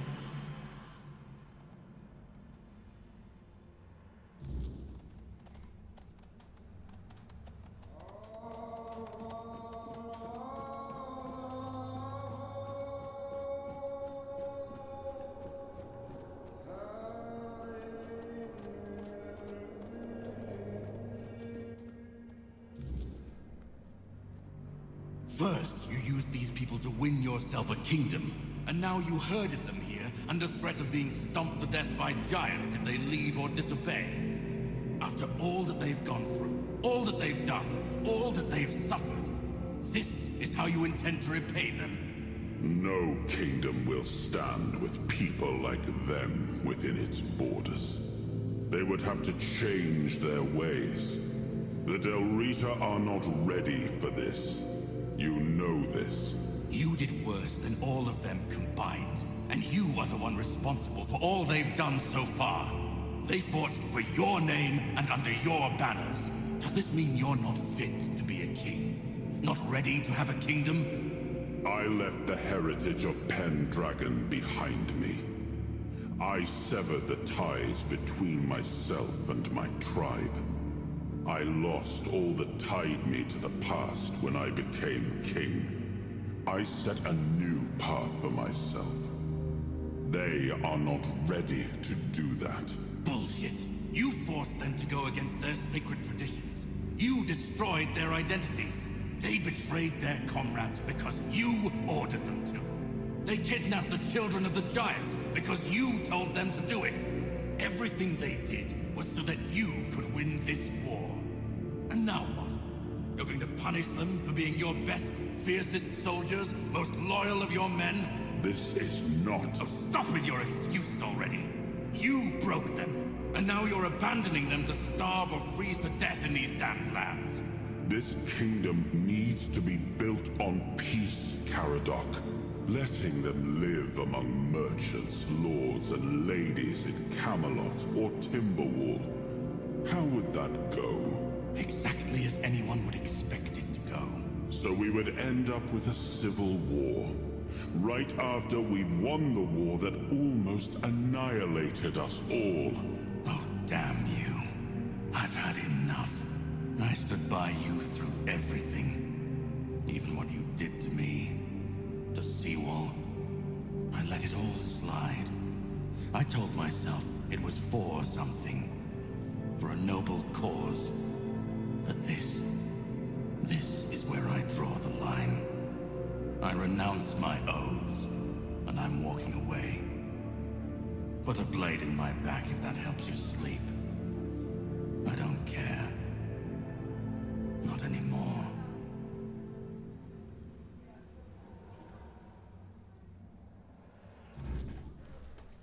Okay, to be fair on this one, though, even though he's getting so mad at them for sending off the Dalriata, they ended up embracing where they lived anyway, and they kind of really fucking liked it and started worshipping the giants and everything. So Arthur really didn't kind of mess that one up. Caradoc is correct in him being very mad about, like, yeah, you sent your best men out into the cold mountains because you don't think they'd fit in with lords and ladies of the court. But then again, they did kind of do exactly, like, they did kind of make the best of their situation, and they really liked being up in the mountain, so kind of a bit of an overreaction. It wasn't that much of a death sentence like he was making it sound like. Like, the Dalriata thrived up in the hills. So it's another one of those things where you can see the reason why people are mad at him, and Arthur made like a cruel choice that he said was for the best, and sometimes it actually does end up for the best. So I'm still not fully on Caradoc's side, but yeah, Arthur constantly being reborn is a bit of a nonsense problem. Like, stop worrying about him and just focus on who's going to be leading next. Although it's not like Caradoc's fucking dying either, so...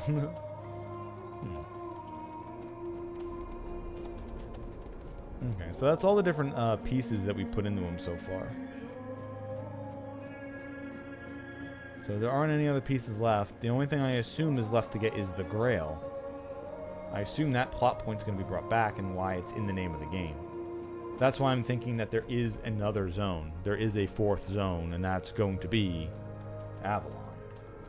Which, if so, then there's going to be a lot more. Then there's going to be another 20 hours of the game, probably. But let's see. Let's see what they actually do with everything. Now I remember it all. I left the best of my people here.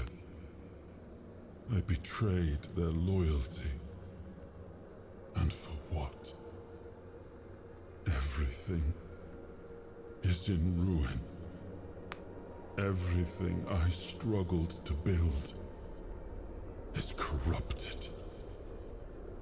This land, it had a glorious past, but it has no future. There is no way to save it. You were right about the Dalriada. You were really unfair to the Dalriada. So this is the problem. Like, I don't think either of these dialogue choices here fit what I want to say. Which is still the limitation of games like this. It's not like I can talk to the game and tell it what I'm thinking and the game responds back. I wouldn't want that anyway. That'd be like some extra AI nonsense. And I'm like, no. Because it's not like you can... I mean, I guess they could try to put a personality in, but I like it when they have... Like, I just wish there were more dialogue options for me to choose. But you were right about the Dalriada. You were really unfair. I mean, once again, he was right about the Dalriada.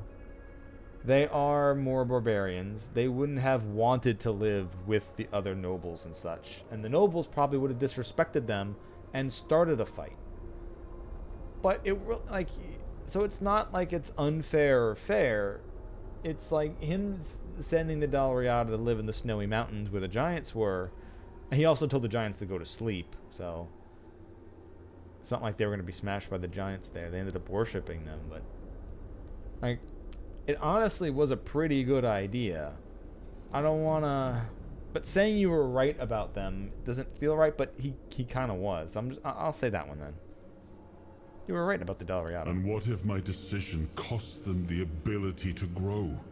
What if instead of helping them become better, I forced them to stay set in their ways? That is true. I may have been Maybe they would have right changed their about the traditions diagnosis, to mesh with everybody else. but now I Maybe not. see that I could have been wrong about the cure. The tribes if you gave them the lands and said you can still intermingle with us, but you gave them the lands just to be like, these are now yours, you own them. They were the most They're your loyal of own, then all. that's still a good thing. But Just give them more of an option to come and... I left them broken. I don't know. And after the war, their bloodlust was insatiable. Yeah, but they're not as bloodthirsty as you had keep to making do them sound. something.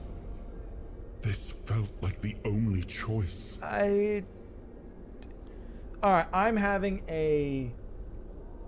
I guess I'm having some narrative dissonance on this one.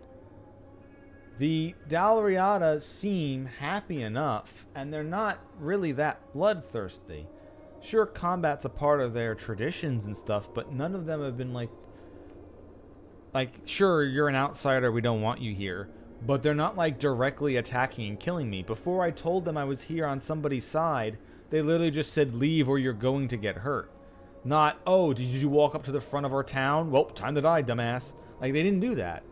So, I don't know. I think we're discrediting like, either they're supposed to be more vicious than the game is presenting them as, and that's what it actually means them to be.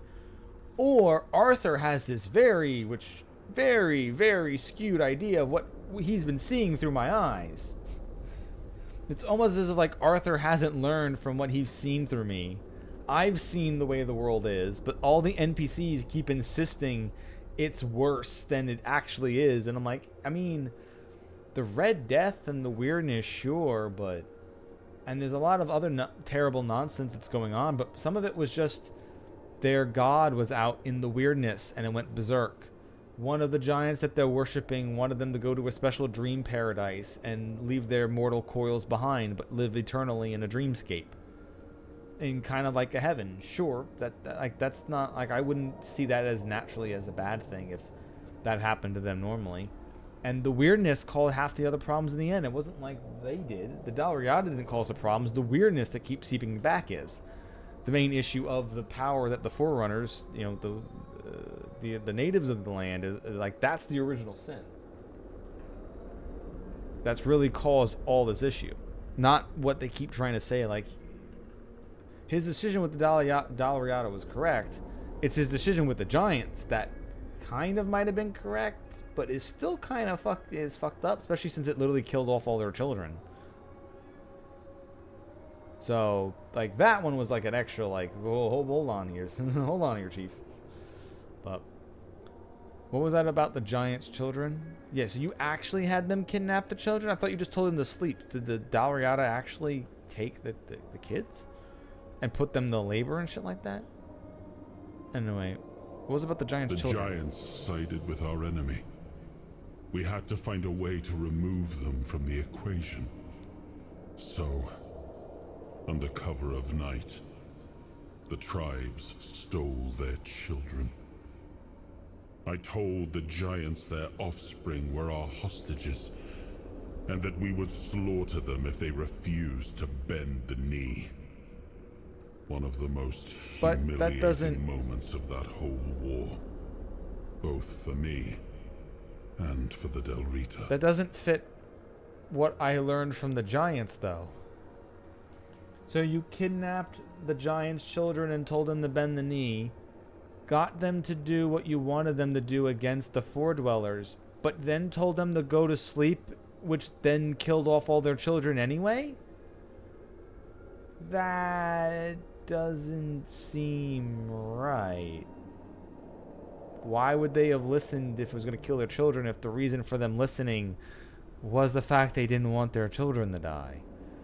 That's a bit of an issue there. Anyway, I didn't expect Caradoc to care about something. Caradoc had the clearest eyes of any of us. He saw things for what they were. And I think I destroyed that. Destroyed him with all I did. I turned him into this. And now he's only a shadow of the man I once knew. He used to carry hope. Now all he carries is vengeance. What's this part about the Pendragons? I come from the Pendragon bloodline. A heritage drenched in as much blood as that of the Del Rita. A heritage that pillaged and fought in the homelands for longer than anyone can remember. And unable to build anything that withstood the test of time. I decided to leave it behind me when we won the war against the Four Dwellers, and built our kingdom on Avalon on stronger foundations. Now we've seen that my bloodline must have been cursed. There's nothing left. Nothing worth saving. Nothing worth rebuilding. I gave everything I had to this land. My blood, my soul, my name. And the land devoured it all. I betrayed the ones who believed in me.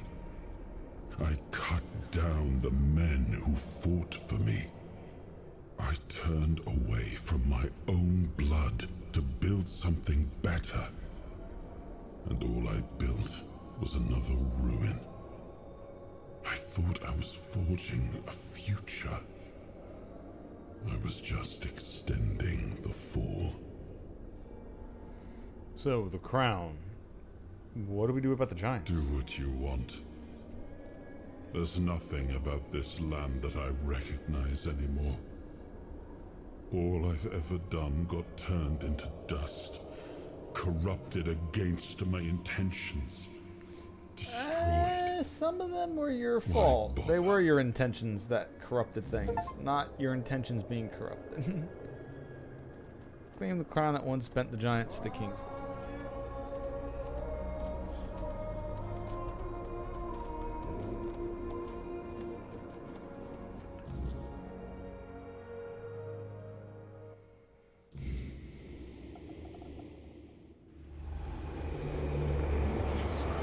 Future king, you return. Speak your will through the mortal you now inhabit. Is it time for us to awaken? Yes, I order you to march in Camelot. You will lead the Dalriada tribes. Yes, I order you to bring order to the forlorn swords. You must suppress the Dalriada's thirst for war. It's time for you to rest. You may sleep forevermore. I don't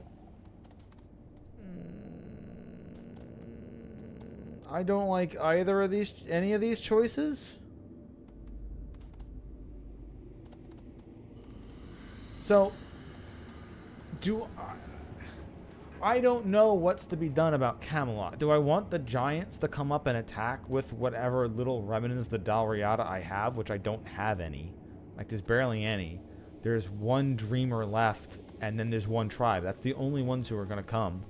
Unless the other tribes show up anyway, with maybe one eye. But yes, I order you to bring order to the Forlorn Swords. You must suppress the Dalriada's thirst for war. There's barely any left. What do you mean suppress their thirst for war? They're not... The only thirst for war they have is against Camelot now, because Camelot literally slaughtered one of their clans. And things are getting worse. And Camelot's circling their wagons, making life worse for everybody else in return. I definitely don't like that middle one. I don't need the... Like, are the giants going to come back and say, hey, you've been worshipping us. Time to change your ways. Hey, we'll show you a better way to live. Or are they going to be like, all right, well, I guess we have to smash the shit out of the Dalriada until there's almost even nothing left. And then, like, also, it's time for you to rest. You may sleep forevermore.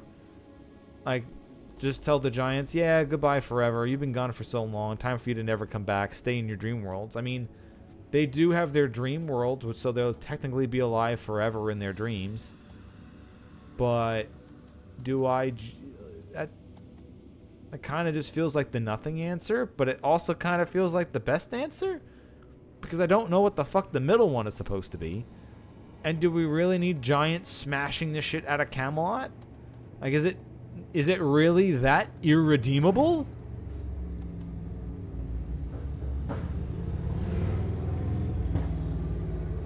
As I wait till someone on the motorcycle goes by. I don't know. I don't have enough information to make this choice. I don't know. I order you to bring order to the Forlorn Swords. You must suppress the Dalriada's thirst for war. Does that mean... Is that line of text just mean that you'll tell the Dalriada that they are not going to attack Camelot? If that's what that choice means, then I'm fine with it.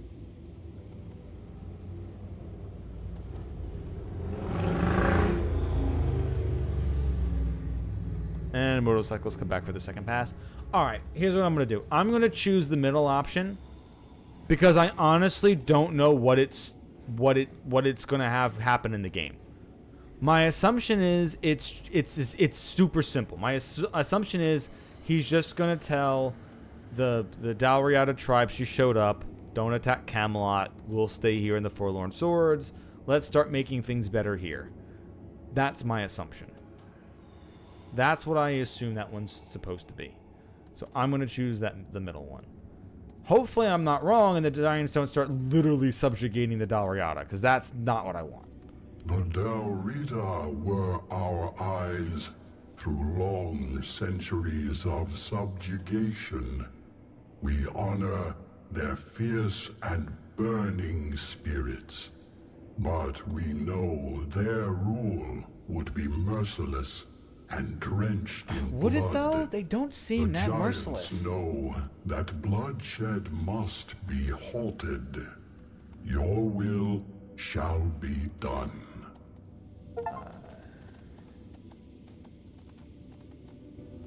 Okay. I'm kind of just more curious about what this is going to have happen. I don't know.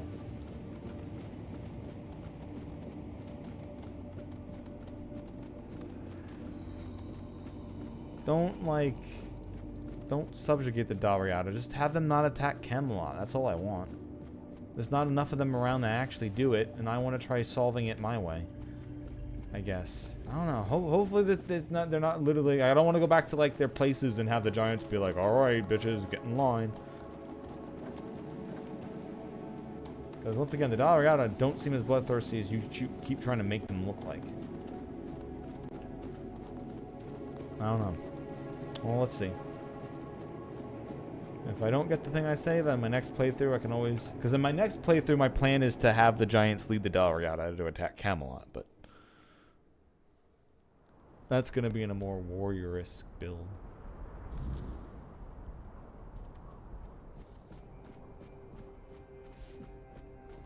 Now, is this going to actually change how things are happening here, or is it just a choice I made that's not going to make any actual difference between how the map looks now?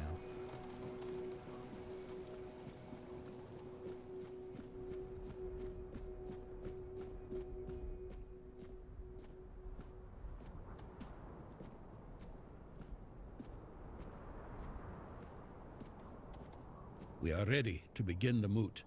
We were only waiting for your return, once and future king. You were strong enough to walk the king's thread, and you conquered it. What is your will, my king? What decision have you made regarding the giants? The giants will awaken and stop your rebellion. We cannot afford war while the weirdness remains such a great threat. So, our war plans were nipped in the bud. Once again our king rises, and once again he These takes are the a only stand people who showed the against fuck the up, most bro. loyal of his people. If it wasn't clear before, it is now how little the tribes mean to you. Sure, how bro. little they always meant.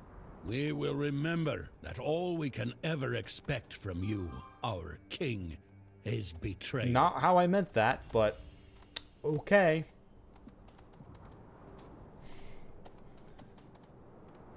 Alright, well, that's not how I meant that to fucking happen at all. Ugh. Alright. I never believed the Ulfar when they said King Arthur's crown was a trap laid for us. Now I understand what they meant.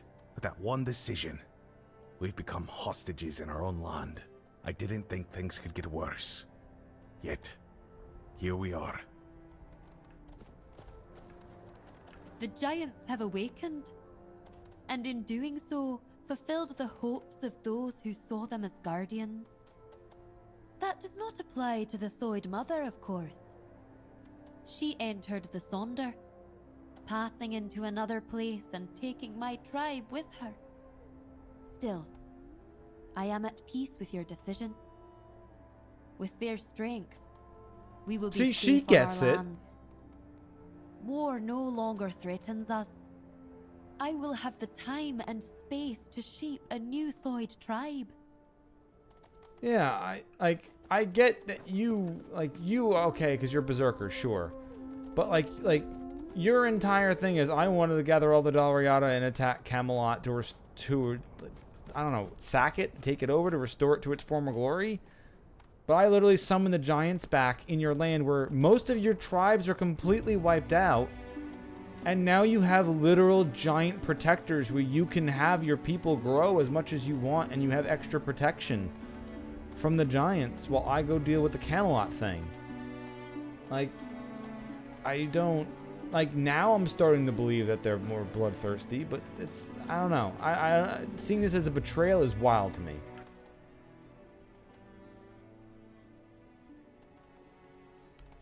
Considering one tribe was almost wiped out by their rampaging god, another one disappeared with all the giants.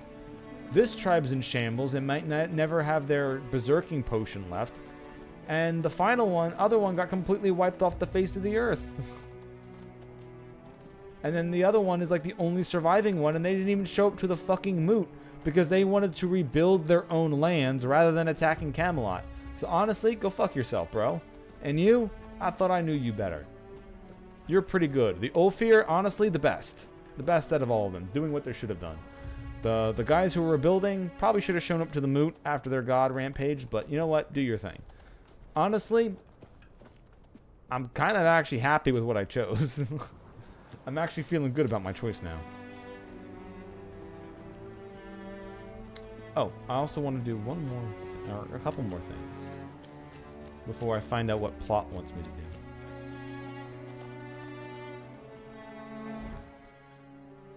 So I'm going to travel to Quinacht, and then we're going to head back to the Druid Wicker Man.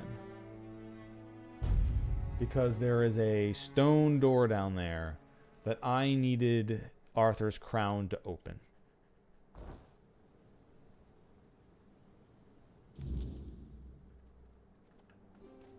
So that's what I'm going to do.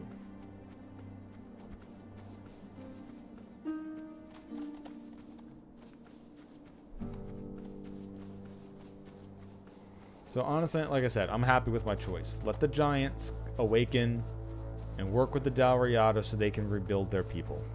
They've thrived here up into the mountains until just recently.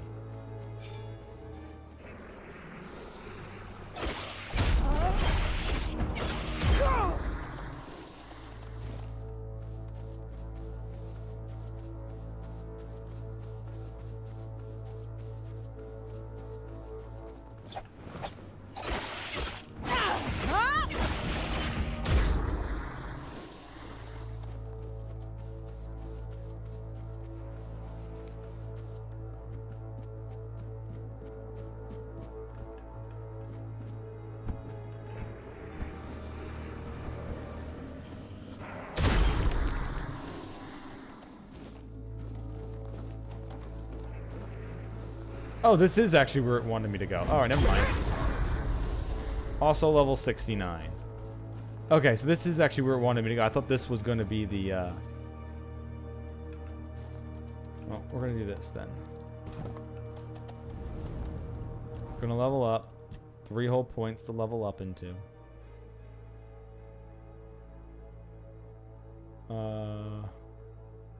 Just going to put it all in spirituality.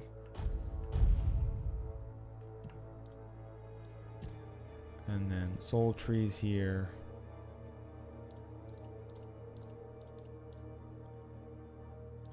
Two-handed tree. I've been using a two-handed weapon and I haven't really put any points into it. Attacks are stronger. Two-handed heavy attacks deal bonus damage.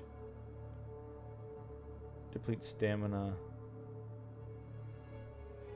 Reduce stamina cost of heavy attacks with two-handed weapons. Two-handed attacks have life steal. Hits against the same enemy within 5 seconds reset. Increase attack speed.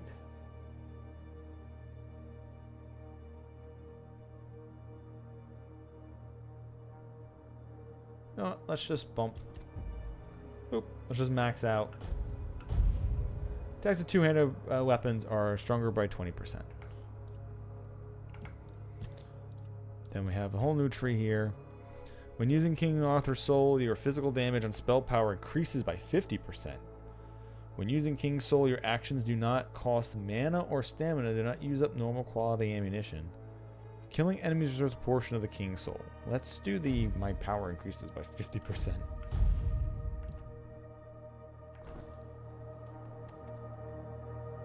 Now we need to talk. How do you think Thirgva managed to murder the giants? That is without a doubt the work of the throne he sat upon. It is carved into the lone pillar. Very powerful artifact. Get out of here, summons. More powerful than I had ever imagined. The lone pillars have long emanated a powerful energy that we never fully understood. At first, we thought they worked like menhirs. But when they showed no such properties, we paid them little mind. Duendes! And once I gifted those lands to the tribes, our access became limited. Still, I know the lone pillars once served the giants as a conduit for the Four Dwellers' will. When the time came for them to depart, the giants would approach a pillar and surrender their life force to it. They believed that by doing so, they would merge with the weirdness and become immortal. And after what happened to Thryggva, I'm beginning to believe they might have been right. Did you know some of the Dalriada were drinking Four Dweller blood during the war? No. How would I? The tribes were our allies, but they commanded their own forces. The truth is, that war made monsters out of us all. The Four Dwellers weren't just any normal enemy. The way they looked, The way they wielded the weirdness. To many, they seemed almost godlike.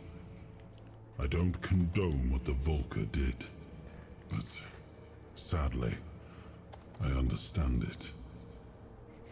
Wendy, please. What do you think of the moot and its consequences? Now you ask me, when it was your choices and actions that led to those consequences. Not all of the Dalrita came, and this is surely not the outcome Gerfhanna hoped for. But since you ask for my thoughts, the Dalrita united would be an unstoppable force. If we wish to avoid bloodshed, perhaps it's good that not everyone followed the voice of the tribes. Okay. Well, I guess I'm gonna cook some more of the. Let's just cooked meat. Guess I'm just gonna cook just some more hunter stew, and then venison stew.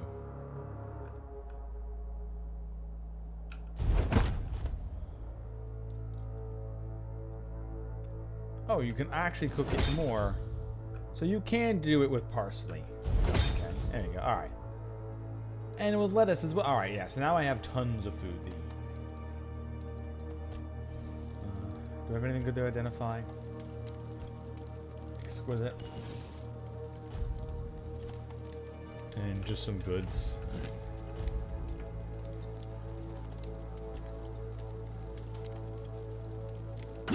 I'm gonna rest just to get rid of my summons for now. Okay.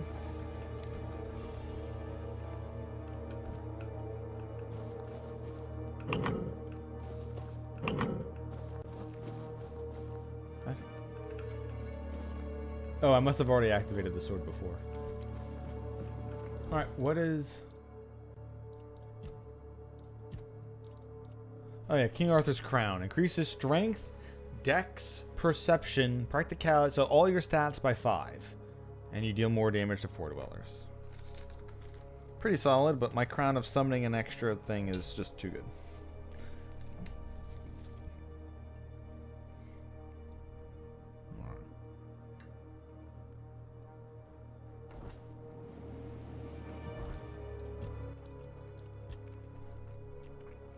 After finding the first 2 parts of King Arthur's soul, Excalibur and the shield, I learned that the last part should be somewhere else in the Forlorn Swords. Carter told me our last meeting place will be at the Charred Conclave. Okay, yeah.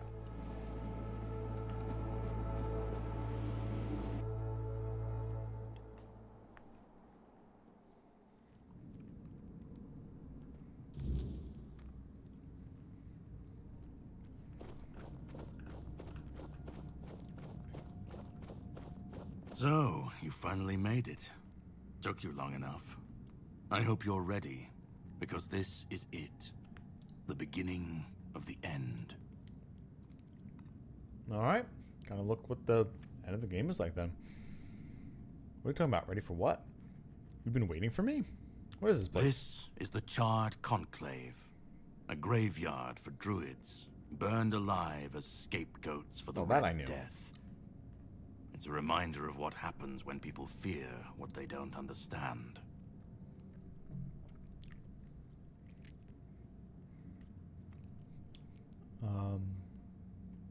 So, why are you waiting for To me here? greet you. I was once where you are now. A knight with questions, searching for answers. That search led me to this place. And here I found my answers. Now, it's your turn. What can I expect? Well, first, you're going to meet my former employer. We don't see eye to eye anymore, but we both realize that our collaboration yields results, as shown by you being here. He'll try to sugarcoat the hard truths I've been telling you from the beginning, spin them differently. Never mind. Why waste time here talking about it when you're just a step from the end? It's best if you just go forth and see for yourself. Alright. I'm going. Just remember, This is the point of no return. Yep, I got it. I'm good. Once you step through, I there's no finished a going lot of back. stuff. I'm good to go. But if you've come this far, I suppose you already knew that. Go on. He's waiting for you. Okay. You said your former employer. Do you mean I'm talking to another Arthur? Alright, feels weird that this is the end. Like, I'm not actually doing anything Like, I've never actually gone to Camelot. I've never seen Avalon. Oh, I guess the continent's Avalon. I've never gone to Camelot. It's not like we've solving any intrigue. We're just putting Arthur together. Alright, let's see. Let's see what they consider the end of the game. Like, to me, I feel far away from it still, but...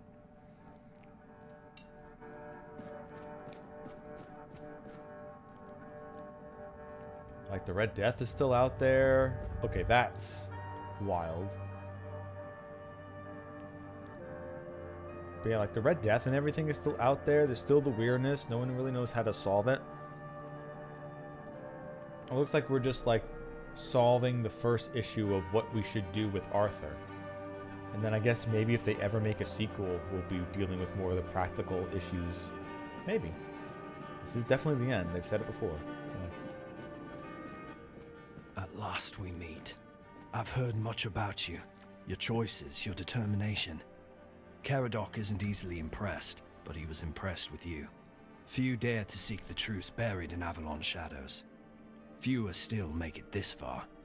I was the first. Caradoc followed when my brethren burned and the tear opened. And now, here you are. Oh yeah, because lots of truly people rare were and sacrificed. joyful So that occasion. called, yeah, okay. Who are you exactly? Oh, forgive my lack of manners. I am Orin, the last apprentice of Merlin, and the Okay. last archdruid Yep, of that makes Avalon. sense. I've carried the weight of this land's secrets longer than I care to admit. But names mean little. What matters is the task before us. What is this place? What lingers here? It's older than Avalon. Older than anything we know. What you see is the beginning of weirdness itself. Its purest form. Raw potential. Unshaped by anything but its lack of boundaries and limits. Beautiful, isn't it? What do you want from me? Oh, precisely the opposite of what Caradoc wants. I want you to help me resurrect King Arthur. Properly this time. So he wants to kill him properly, and you want to resurrect him properly? Ridiculous, I know. But yes, that's what it boils down to. At some point, we stopped seeing eye to eye and chose different paths. Ultimately, though, both our paths led to you. Me? How? Yes, please let me explain. By the end of his life, Arthur became obsessed with his legacy. He left mementos, artifacts that embodied the virtues he wanted Avalon to preserve. Excalibur, a symbol of loyalty and sacrifice. The crown of Pendragon, a beacon of courage and resilience. The shield of Palamedes, wisdom and independence. But Merlin and the others didn't believe that would be enough. The memory of war and the fragility of peace was still too fresh. So they acted. When the king died, his soul wasn't allowed to move on. Yep, this I It know. was shattered, bound to those artifacts. A clever solution, but ultimately flawed. Why would they divide the king's soul? What was flawed about it? Didn't anyone try to resurrect Arthur as a whole then? I tried. And I found his humanity. It's here, bound, kept safe. But the Four Dwellers aspects was left to drift, untethered between worlds. Finding it needed more than magic. It needed someone like you. Me? The horrors you endured on that island gave you something no one else has. You can move through the weirdness, touch it, and return whole. That's why you found the king's soul, bound it to yourself, and came back. You're saying all that, everything I went through was all part of your plan? So I'm just another experiment to you, like the ones on that island? No. The Asylum treated you as a subject. I see you as a savior. Your suffering gave us a chance. And for that, I am both grateful and deeply sorry. I can see you're still doubting me. What do you want to achieve? I want to bring back our king, whole and complete. No, I got want that. him to I mean, lead why? again and safeguard Avalon's future. To what end? What future do you want him to bring you to? Why do you want this so Because I've much? seen what happens without him. Weirdness preys on the weak, and the people are too divided to stand against it alone. He's not going to stop Arthur the weirdness. is their only hope. Ever they're left without him, without guidance, chaos takes hold. Division festers. You've seen it during your journeys. If things continue this way, Avalon will tear itself apart long before weirdness finishes the job. Even if he's whole, what if the people won't follow him? What if you're wrong? What if unity isn't enough? What if he's whole? Even if he's whole, what if the people won't follow him? They will follow him. That's what people do. When weirdness comes to their doorstep, they'll beg for a savior. And Arthur will answer the call. Help me bring the king back, whole and complete. That's all I ask of you. Now you need to go further. I made my case. Please keep in mind what I told you. This is the only way for Avalon to survive.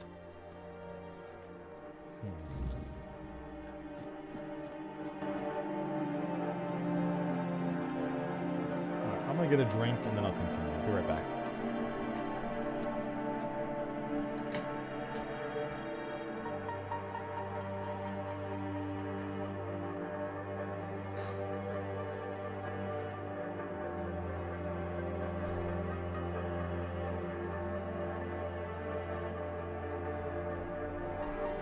And right back I am.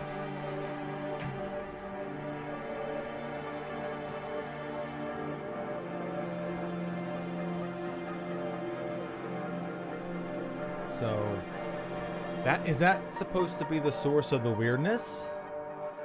And the gate I entered through was the tear made by sacrificing all the druids? And I assume that's not the tear by sacrificing, that's just the source of weirdness. Like, if this is the source, is there any way of just stopping it from coming to Avalon? That would pretty much solve the issue without needing to bring Arthur back or anything.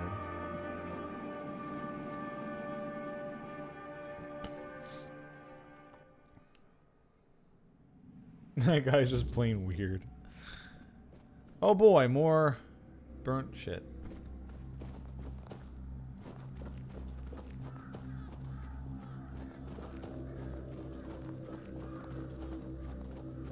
I was there when it all began, when Arthur first set foot on Avalon.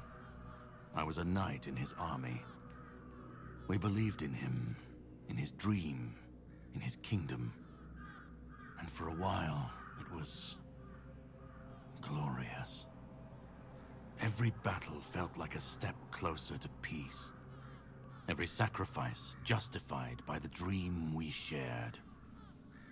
But then came the cost.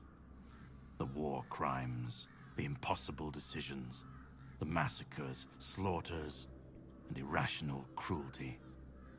We turned from knights into butchers, all because his dream demanded it of us. At first I told myself it was necessary, that it was the price of building something great. But the longer it went on, the harder it was to believe. That's when I realized Arthur wasn't a god, a savior, or a king. He was just another man, no different from the rest of us. And no man should have the power to demand such sacrifices.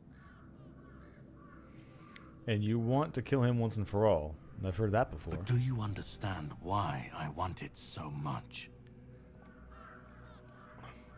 To me, I would want it just because people keep trying to lean on Arthur as a crutch when they shouldn't be. Because they made you immortal in the process, because you hate what you've become, because you feel betrayed, because of some person, because you hate what you've become. I'd like to believe that after 600 years I've moved past pettiness. You need to understand that people thought, and still think, that he was more than human.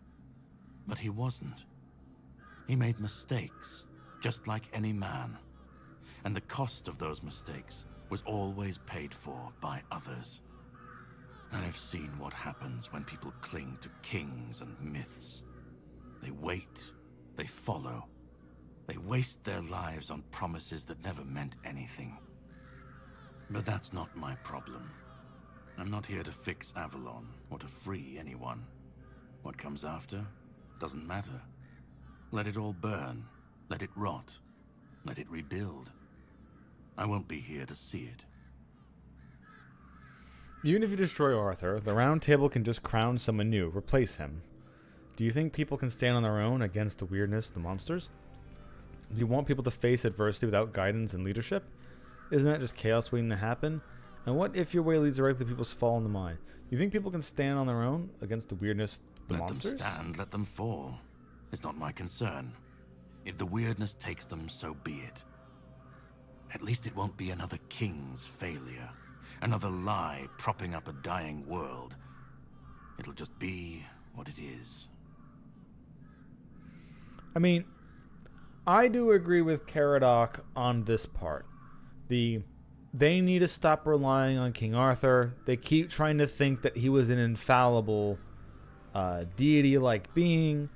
Arthur was not. He made a bunch of terrible decisions that were meant to keep his kingdom that he literally built up off of blood, escaping the Red Plague or the Red Death, came to a new land and ended up fucking massacring its fucking natives and started his own civilization here. Meanwhile, betraying lots or semi-betraying, not really betraying some of them, but making decisions that might not have been the best for the different groups of people. In the end, he ended up doing what a normal, like Caradoc is saying, a normal person would do. Made a bunch of decisions that might have been the best ones practically, but maybe not the best, didn't lead to the best outcomes. And the fact that everybody relied on Arthur, and they still keep trying to resurrect him every time something's going wrong, instead of just trying to fix the issue themselves or having some of their own people deal with it. It's just, oh yeah, we'll just resurrect Arthur and he'll solve everything. Or even worse, we know Arthur can't solve it, but Arthur will give us an incredible amount of power in which we can do more violence to make the world better for ourselves while keeping the bad things away.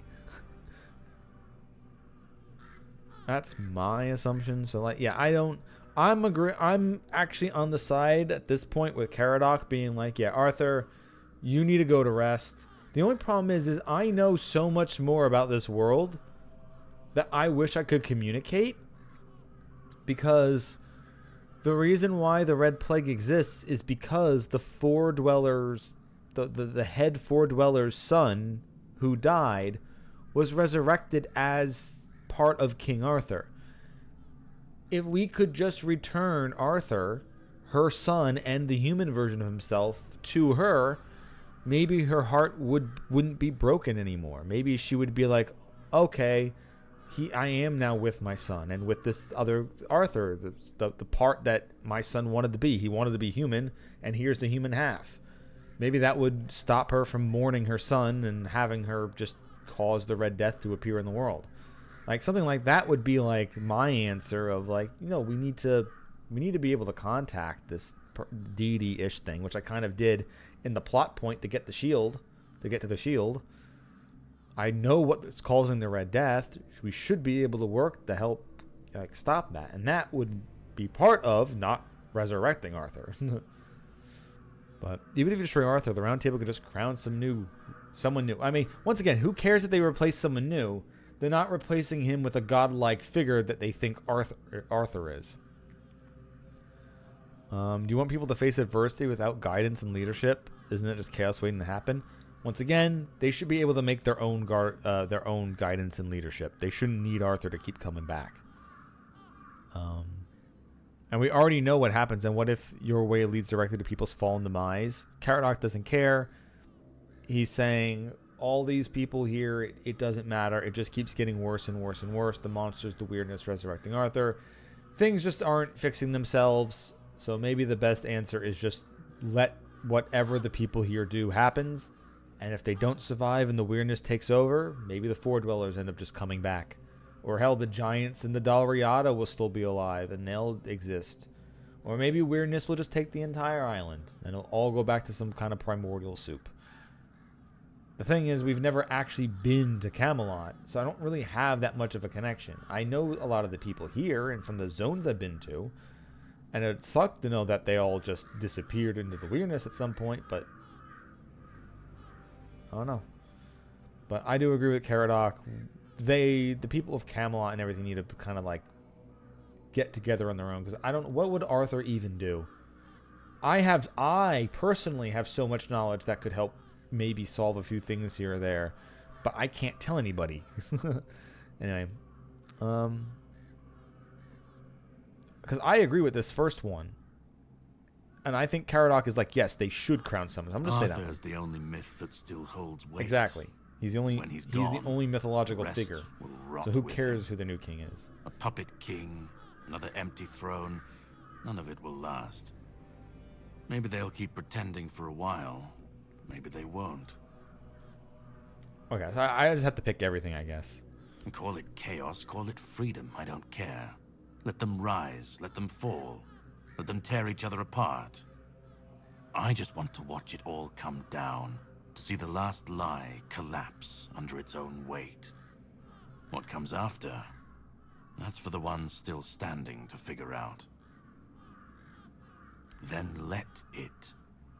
If this world can't stand without a dead king propping it up, maybe it deserves to fall. I've lived longer than any man should, seen more than anyone should ever bear. And I've waited centuries for this moment, this chance, to end it all, to end him. See, now you're making it seem like it's petty again, though. Orin made the case that people need Arthur. They can't face the weirdness alone. Orin believes this resurrection will be different. He says it's the only way to save Avalon. You want to throw away Avalon's hope to say that? Orin says this will be different. Orin's a druid. That's what they do. They believe. They believe in myths, in symbols, and some of them believe in saving Avalon. You don't believe that Avalon can be saved? You don't believe it's worth saving? I don't believe it's my decision to make. Not Orin's, not Arthur's, not mine.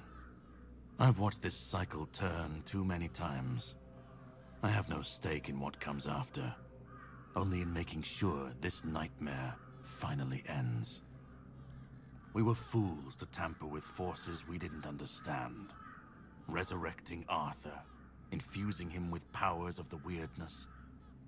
We didn't just bend the natural laws, we shattered them. Such violations of nature's order cannot go unanswered. The bill comes due, sooner or later. Always. This cannot be allowed to continue. Listen, it's taken longer than I ever imagined, but now, here we are. You've done what no one else could, what even I couldn't do. You've brought Arthur's soul back together, almost complete, but not quite. And because of you, I can finally finish what I started centuries ago. So, thank you for bringing us to this moment. You're close now. Just one more step. The last fragment of Arthur's soul is waiting. I believe what I'm here for is the Four Dweller Complete part, what you right? came here for. And then we'll meet again. As allies or as enemies. That's up to you. Go. Find the last piece, and let's end this. Whatever comes next, I'll be ready. I hope you will be too.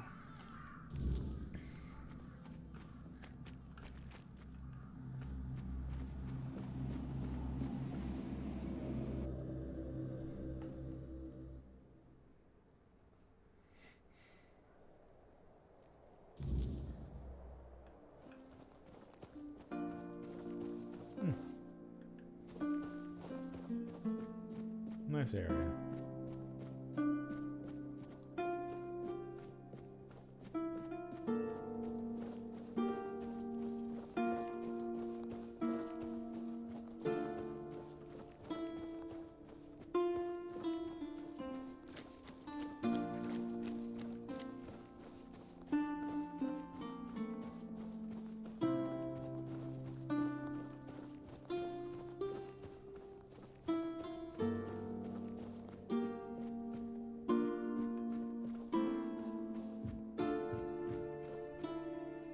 Hob.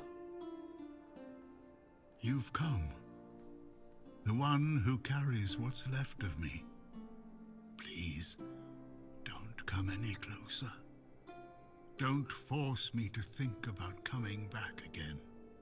Just let me finally I mean, die. that's the plan I was going to go with. Huh. I didn't expect that.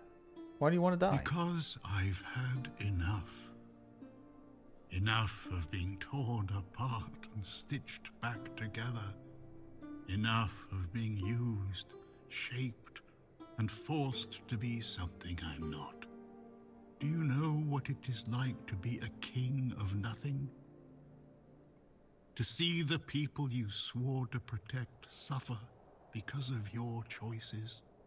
Or worse, in your name? I've seen towns burnt to the ground, families destroyed, all because someone thought it would serve the greater good. And they called it loyalty. They called it justice. I've been dragged through every dream, every lie they've built around me. And I'm tired. Tired of the weight, of the expectations, of all of it. And most of all, I'm tired of failing. And what about Orin? He's trying to bring you back whole this time. And Caradoc, he wants to destroy you forever. What is it in death that you want? I want release. I want to stop being a tool in their endless struggle. Kill me. Destroy the last piece of me and use the energy however you wish. Take it yourself and become the new king. Give it to someone else. I don't care. Just don't let me come back again. What about Orin? He's trying to bring you back whole this time. Orin wants a king, not me. He doesn't see the broken man behind the myth. He sees a symbol, a weapon to wield against the weirdness. But symbols aren't people. They're empty. And the more they're used, I mean, the you're more definitely they correct. hollow out the one who carries them. That's all I've ever been to Orin and the Druids. Do you know what it's like to be a weapon? To be forged, sharpened, and thrown at every problem? And Caradoc? He wants to destroy you forever. He thinks ending me will free Avalon. But what then? Without an idea, a light to guide them, they'll stumble, lose their way, and turn on each other.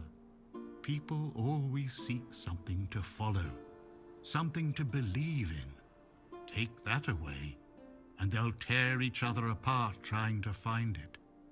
Or worse, build something even crueler in its place. Let me die. Not as Arthur, not as the king, just as a simple, normal human being. You're the human part of Arthur's soul. Without you, he can't be whole. Don't you care what happens next to your kingdom? You've been through a lot. But there has to be another way that doesn't involve your ultimate death. Another way? There's always another way, isn't there? Another cycle, another resurrection, another lie to keep the world spinning. But please, not for me. Not anymore. I've had enough. I don't want another chance. I want this to be over. You're the human part of Arthur's soul. Without you, he can't be whole. Isn't that what you've been doing all along? Yep. Carrying what's left of him? You're very You've true on already this. taken up the humanity I was meant to represent. Doesn't that prove Arthur doesn't need me anymore? You know, the legend doesn't need who the person was. Don't you care what happens to your kingdom? I don't care. Do you know how freeing that is? To finally not care what happens next? Whether Orin gets his king or Caradoc gets his ruin? To not feel the burden of all my failures? To not see my memory tarnished? My plans, goals, and ambitions dragged through the mud? To not see the suffering my name causes? No more deaths in my shadow. No more kingdoms built on my bones. Do what you think is right. That's all I can tell you, because whatever you decide, it will finally be your choice, not mine, not theirs. And that's the only thing I've ever wanted. You hold the choice. I don't care who you side with, Orin, Caradoc, or no one at all.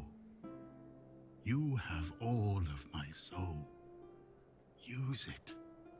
Take it for yourself, or give it to someone else. I don't even want to know. Do what you will with it. Just let me go. Let me finally rest. Let me die. Please. I mean, honestly, that's what my plan was. Are you sure you didn't want to just stay here fishing forever? Nah. But no, yeah, I'm gonna be doing that. I'm not gonna force him in particular to come back. As for me being the new thing, I don't know. Part of me is still thinking that... Oh, I walked a little bit too far and it reset me. I think it would be neat. I mean, this is pretty neat. I think it would be pretty neat if I didn't bring any part of Arthur back, but I continued to exist and wander the place, and maybe I myself could help out without having like some kind of myth behind me. Or really, that counted as walking in the water? You could just have put an invisible edge there or something, you know? You didn't have to have it reset me.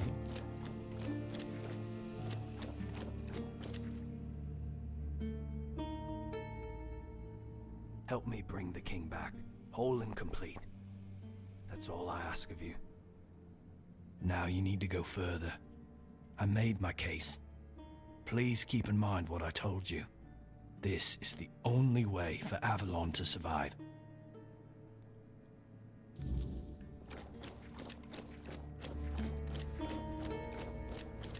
Go on. He's waiting for you. Always a pleasure to see you. Yeah. Let me go. Let me finally rest. Alright, well, there's the grail.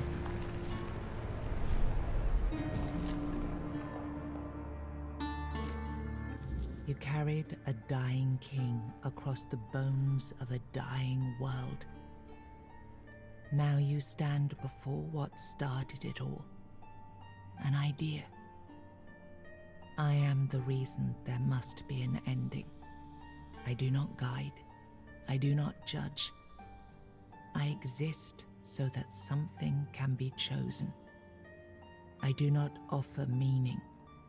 I require that one be made. You have brought all things to their conclusion. Now, decide what must remain. Choose, and let the shape of the world follow. All right, hopefully there's a bunch of different... Okay, so there's only 4 here. What if I choose Orin's path? What if I choose Caradoc's path? What if I take the king's soul for myself? What if I give the king's soul to someone else? I mean, I guess this is just going to tell me more things. What if I choose Caradoc's You will path? break the frame, and what follows will not remember you. What if I choose Orin's path? You will vanish into the story you chose to restore. What if I take the king's soul for You myself? will be seen. You will be followed. You will be blamed. What if I give the king's soul to someone else? You will shape the world to become its witness. Okay. I want to follow Orin. I want to follow Caradoc. I want to take the soul for myself. I want to give the soul to somebody else. I'm thinking about giving the soul to somebody else. Who do you have in mind? Brendan, Neante, Efnir, Maggot, Yavin, One Eye, Gerfnir.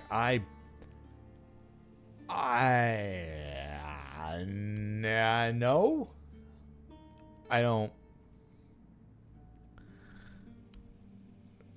Give it the Maggot. Fucking wild.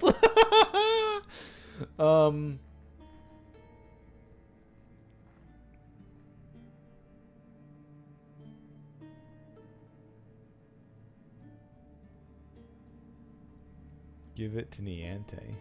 All right. Huh. I did help a lot of people during my exploration, so giving it to somebody could be neat. But I'm not giving it to Maggot. I'm not doing that. I do not want to bring him back. I definitely do not want to do Orin. Caradoc is probably going to also mean my death as well, which is perfectly fine. It's a video game character. Take the soul for myself means that I end up becoming the new Legend of King Arthur, which means that they might end up trying to bring me back at some point, and then I just end up in Hobbs' place. But I've kind of been spending a lot of my time fixing things and traveling and doing stuff, so I do know a lot more about the people, and I know about Arthur's old choices, which gives me some more information that might be able to help. Will it actually be able to help? Who knows? Also, in a lot of my travels of this land, there's a lot of people who don't like me, or things just didn't really end up with any kind of conclusion, honestly, like the Alchemist Guild. It just turned out that even the last person wanted to find something that they could sacrifice without any guilt. It wasn't any other alchemist thing. They just wanted to find something they can freely sacrifice, just to do more other stuff. And I had to kill them, and that was just the end. Turns out the entire Alchemist Guild is kind of fucked. All the way through. Not a single person was doing anything pretty decent with it. Everything turned to be unethical in the end.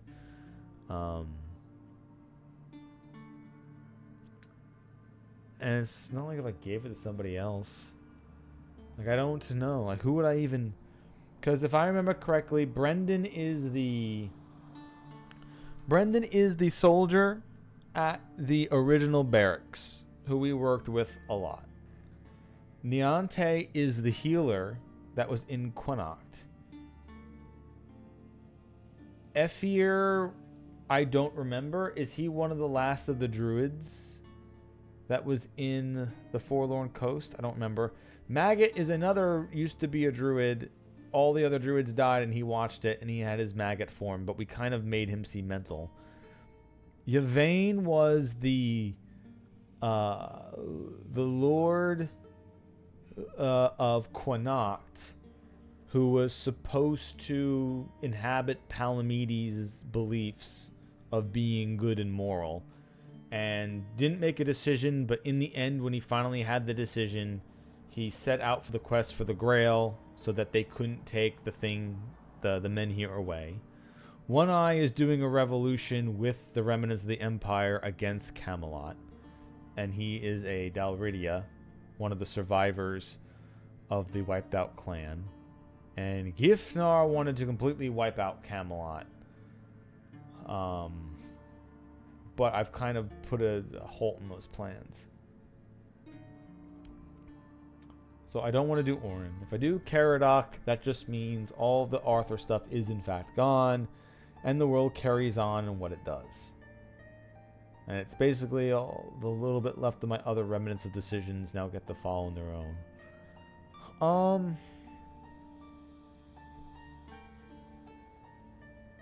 Let's see if I'm thinking about giving the soul to somebody else. Let's see if it tells me more about them.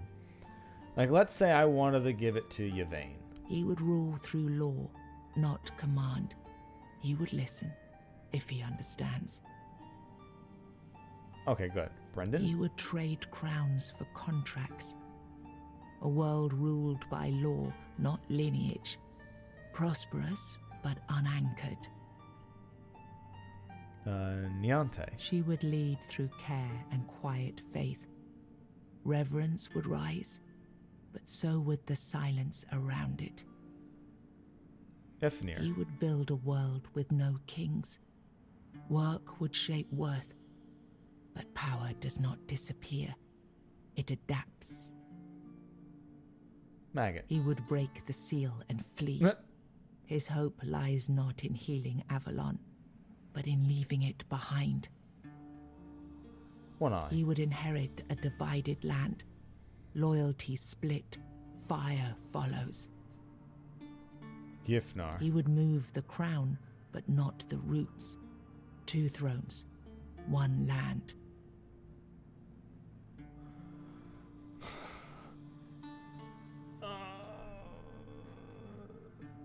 Huh.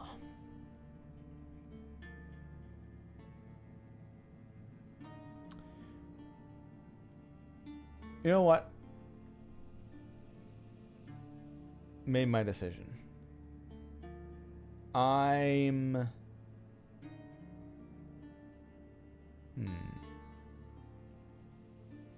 This might just be a good choice to make. Like, if I take it for myself, it just might mean a kind of dour ending for me, that I end up like Hob, where now they keep bringing me back constantly, and now I'm having a shit time.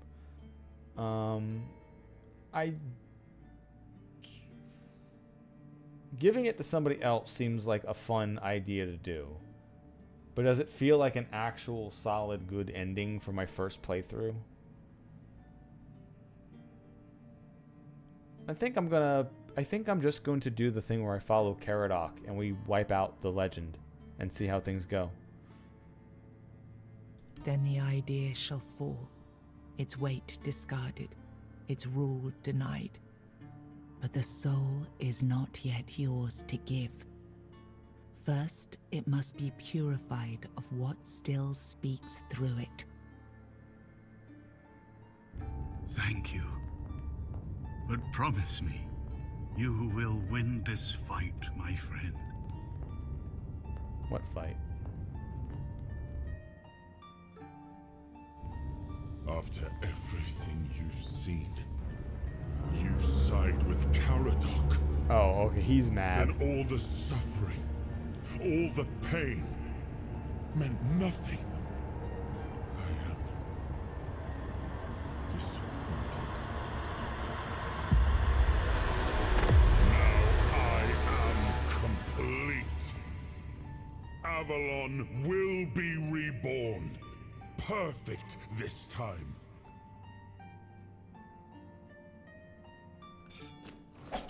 Alright, well. Oh, he's summoning? Yeah, let's go.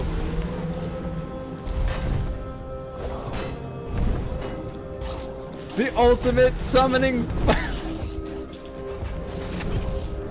I hope there's a quick save. I want to choose a bunch of different endings. Ah! Ah! Ah!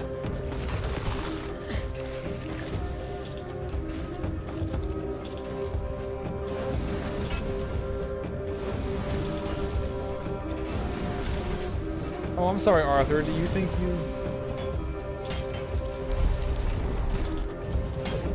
Get him.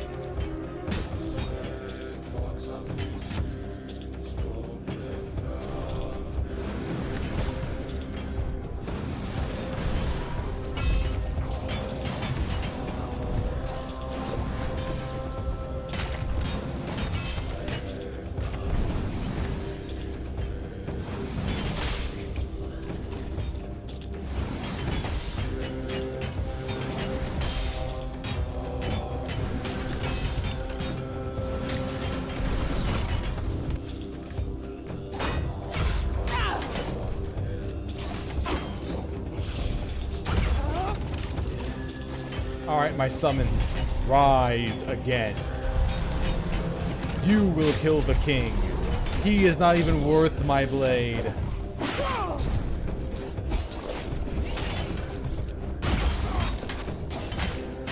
Continue your assault. If he summons another, I will strike it down. You are the salvation.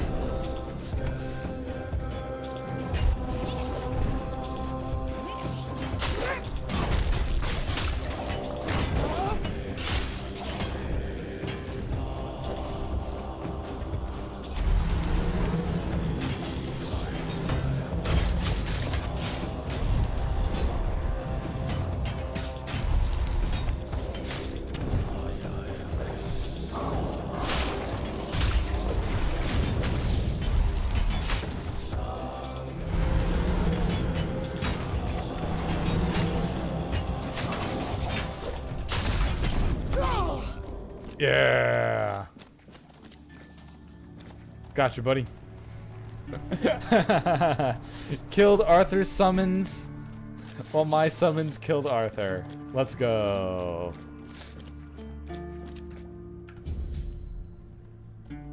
You brought down the cycle with steady hands and no promise of glory. You did not claim the throne. You buried it. There is no king now. Only the truth you made and the path others may follow. You had no answers, only scars and the will to keep walking. And sometimes that was enough to keep others going too. With One Eye and Captain Brandon working side by side, the South found a peace it hadn't known in years. The roads stayed open, the fields were guarded, and the people finally felt safe.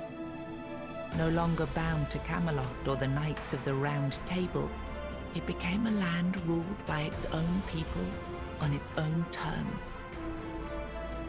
The men here stayed in Kuinact, but Yvain failed to rally the minds and hearts needed for his grail quest. Oh, I was one off. With Fuck no off. clear leaders and rising tension. Oh, come on. Both Kuinact and Camelot grew fragile, drifting toward division. Are you telling No me one because left to one hold person the didn't line. join his quail quest You a awakened bad the end? giants Fuck off. and gave their strength to Camelot, ending the Darwita rebellion before it could Oh, ignite.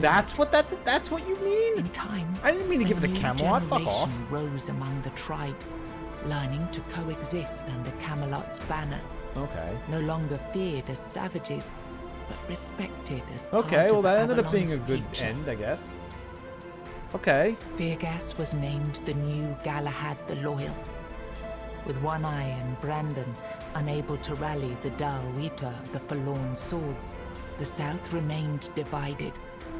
Feargas prepared Camelot's forces to reclaim the region by strength, determined to restore unity through conquest if necessary. Well, that's The not good. captain led the South to independence, breaking all ties Okay, with that's good. Camelot. Under his rule, the horns of the South flourished.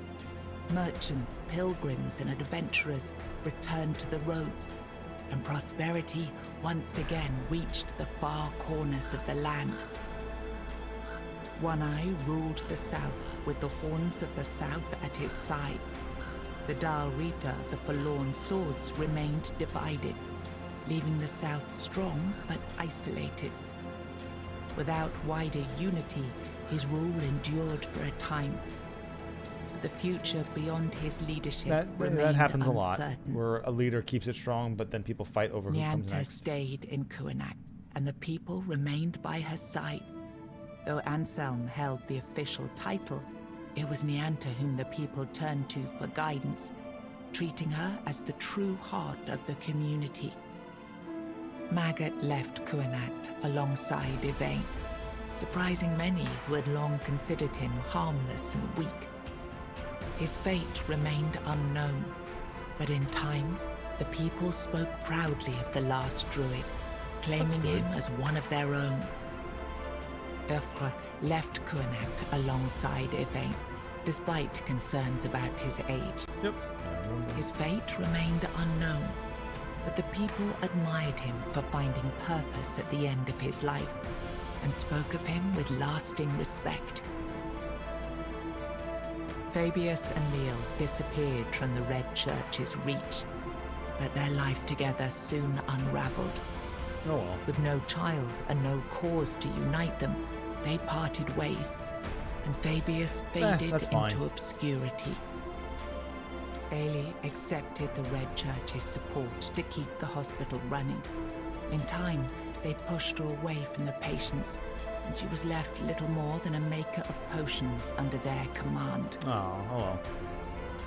With Helmi as the new matron, the Volca returned to their former glory with renewed ferocity, their berserkers filled with an aggression that stirred quiet fear. Yeah, but among they were the also other put down by the tribes. giants, so... Among the united tribes of the Daoita, the Volca were treated with equal parts awe and mistrust, seeming to teeter closer and closer to madness. Ingui turned away from the eternal sleep, choosing life over dreams. In time, she began to rebuild the Thoid among the living, planting the first seeds of a new future for her scattered people.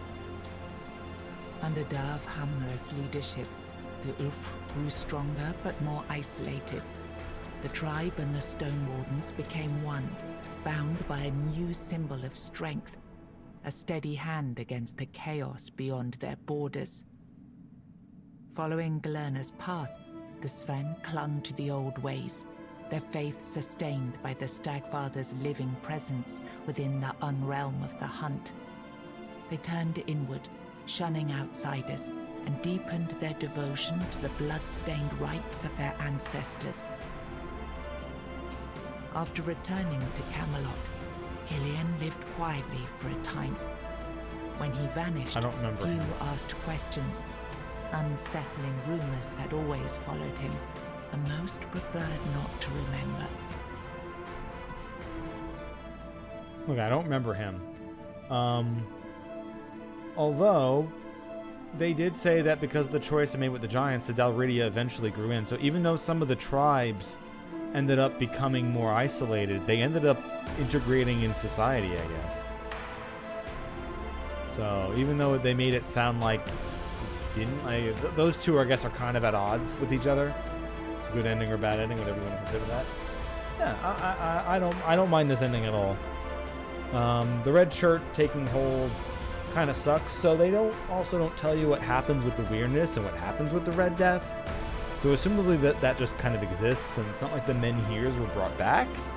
So it looks like a lot of places ended up succeeding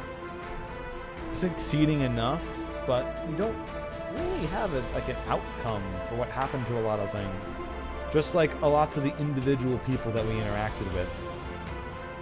And some of the storylines, we don't have it said that the South became isolated, but they also became their own, they were thriving. And the Northmen up in the mountains, the Dalridia, even though they also grew inwards and some claimed their old traditions, it looked like the Giants' rule ended up merging them with the rest of Camelosian society. And it said that the South ended up becoming its own place, but Camelot wanted to get them back and bring them into the fold, but it never really happened. And Quinacht, their leaders went off, and there's a lot of people in Quinacht that were leading the Quinotians, but they, I guess, never had the success that the South had. Assumably, they're just more of like a very poor rural area now, but they're still living their lives, assumably free of Camelot, but Camelot probably would have come in and just taken them underneath the fold again. But yeah, so no real coherent story on if the South stayed independent or if Camelot actually was able to get them. Most of the story sounded like the South ended up being free and just continuing their trade and people living perfectly fine. So a lot of these decisions didn't make complete sense together, so I'm not really too sure. Okay, congratulations, you completed the game. You can now return to the world just before the ending and continue exploring the world of Avalon. If you're ready for a greater challenge, you can start a new game plus with your current character, inventory, and progress. The world will demand more from you. You can also end your journey and exit the game. I am going to just hit New Game Plus for now, just because I want to start a New Game Plus, just to find out what it is. I am probably going to start my own file, but yeah, that was. This is Avalon, the Grail. I'm going to just skip this since I've already seen it. Rise and shine. Yes, it's me again. And I hope this time you'll cooperate without me needing to repeatedly hit you in the face, eh? Okay. Oh, I can't save yet? Okay. Look, just like so. I was seeking an ancient. I was avoiding the city guards, trying to. Oh, this is choosing new other things. So I wanted to do, yeah. Army and you. Infantry, yes. Ah, one day.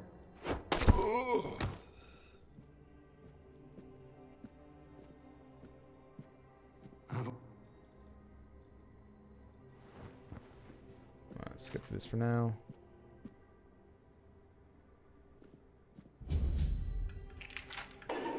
Okay, now is it? There we go, save. So I'm gonna make a new save here in New Game Plus. Okay.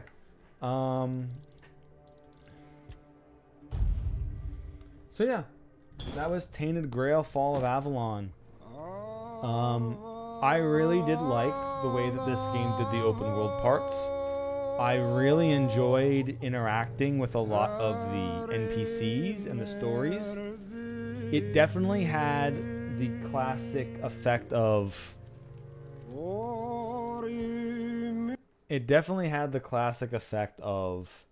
the beginning of the areas had a lot of possibilities with their story, but the stories and the characters kept slowly drifting off and didn't, like, some of them had storylines that seemed to continue and then they just kind of ended, which is to be expected.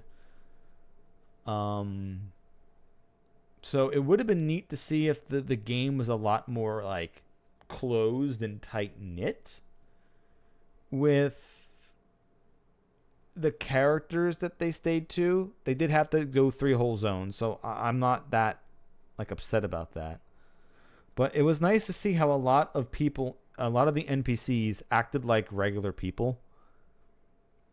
There wasn't any like extra weird grandeur or storylines that they were in. It's just they were each doing what they thought they were supposed to do, and they just kind of acted like people.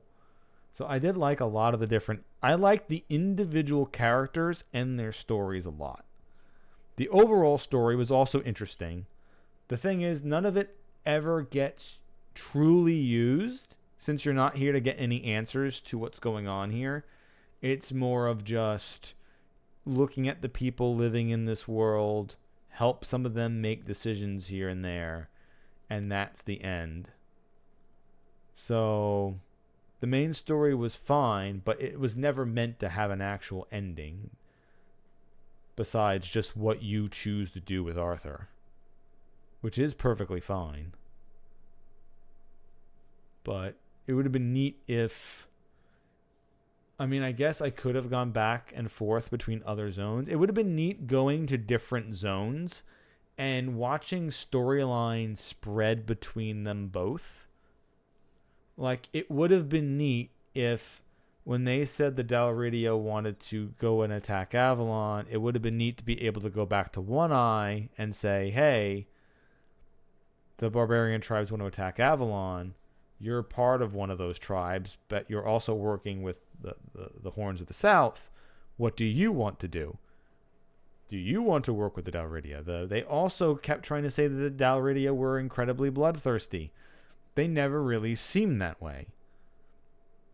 It seemed like they could be chosen different ways of doing it. Like the Thud and the Ulfir both felt like they could have easily have worked like that could have been an entire huge amount of story, but unfortunately that's like the third act. Like we could have done so much more with all the different tribes and getting them to interact with each other, or the one guy at the head of the huntsman tribe said, as long as I'm their leader, I'm not taking them to the moot. It would have been neat if I could have killed him and got someone else to be their new head of their clan, and then they would have just went to the moot or something like that. Besides just killing off their god, which, I mean, that's perfectly fine. But that just, that just means that there's so many more choices and options for you to go through, which is hard for people to do. Like, the amount of work it must have taken to get this game together and to make me enjoy it so much is really amazing. So this is definitely a really good open world game. It falls into a lot of pits that a lot of open world games like this have. Same thing with like even Skyrim. Choosing between the Empire or the Stormcloaks didn't really mean anything in the end. Just kind of was nothing. The end of the game was just taking out the final dragon, Alduin. I did like how King Arthur actually was killing my summons, though. He was actually strong enough to kill them, so it kind of felt like an old fight again. And I was killing his summons. That was neat. I wish I had found other skeletons, though. It kind of sucks that the Duendes were my final summons and they just never found another skeleton version. And if I did summon my old skeletons, they would have been so fragile, they just would have tipped over with a single, like, the enemy would have looked at them and they would have died. So, some balancing issues, but not that bad. I literally built it to be focused on summons.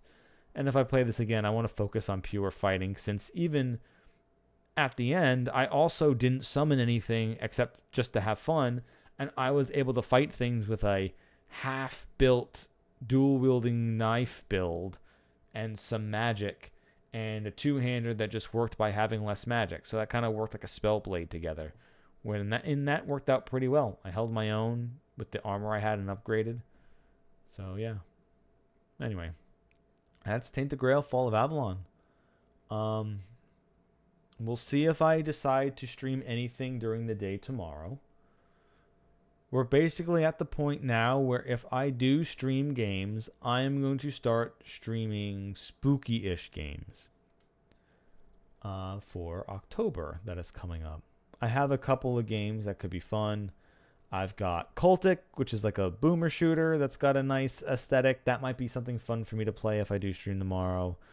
There is a puzzle horror game called Crow Country that I'm going to be playing.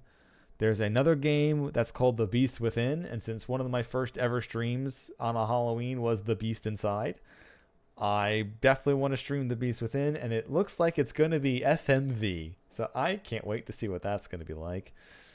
I also have Hollow Body, which is like a Silent Hill-esque game. The New Flesh, which will be super quick, and it's like a musical, weird horror thingy. And the main game for Halloween is going to be Paranormasight: The Seven Mysteries of Hanjo. Don't know how actual scary it's supposed to be, but it looks pretty interesting, and it's going to have some puzzles, and I get to read a bunch. So that should be pretty fun. I don't know how much gameplay is part of it, but we'll see. So I have a huge amount of smattering to do. If I do stream tomorrow, it'll probably just be Cultic. And then I'll wait until I get another random stream, unless I stream also during Thursday. But I don't know what game I would want to start in the middle of the day. I kind of want to save a lot of this for the evening. So if I do stream tomorrow, it'll probably be Cultic or something like that. I don't know anything else unless I started doing the Paranorma site, since that seems to be a lot of visual novel stuff, so it would just be reading. So it wouldn't be that bad to do at different times. Anyway, whichever one I choose, I choose. Or maybe I won't stream until next Monday, but I do need to keep streaming more stuff anyway. I can't only stream 2 days a week. That's losing. I want to stream more, but I don't want to give up like rating days, so we'll see. Anyway, thank you all for watching.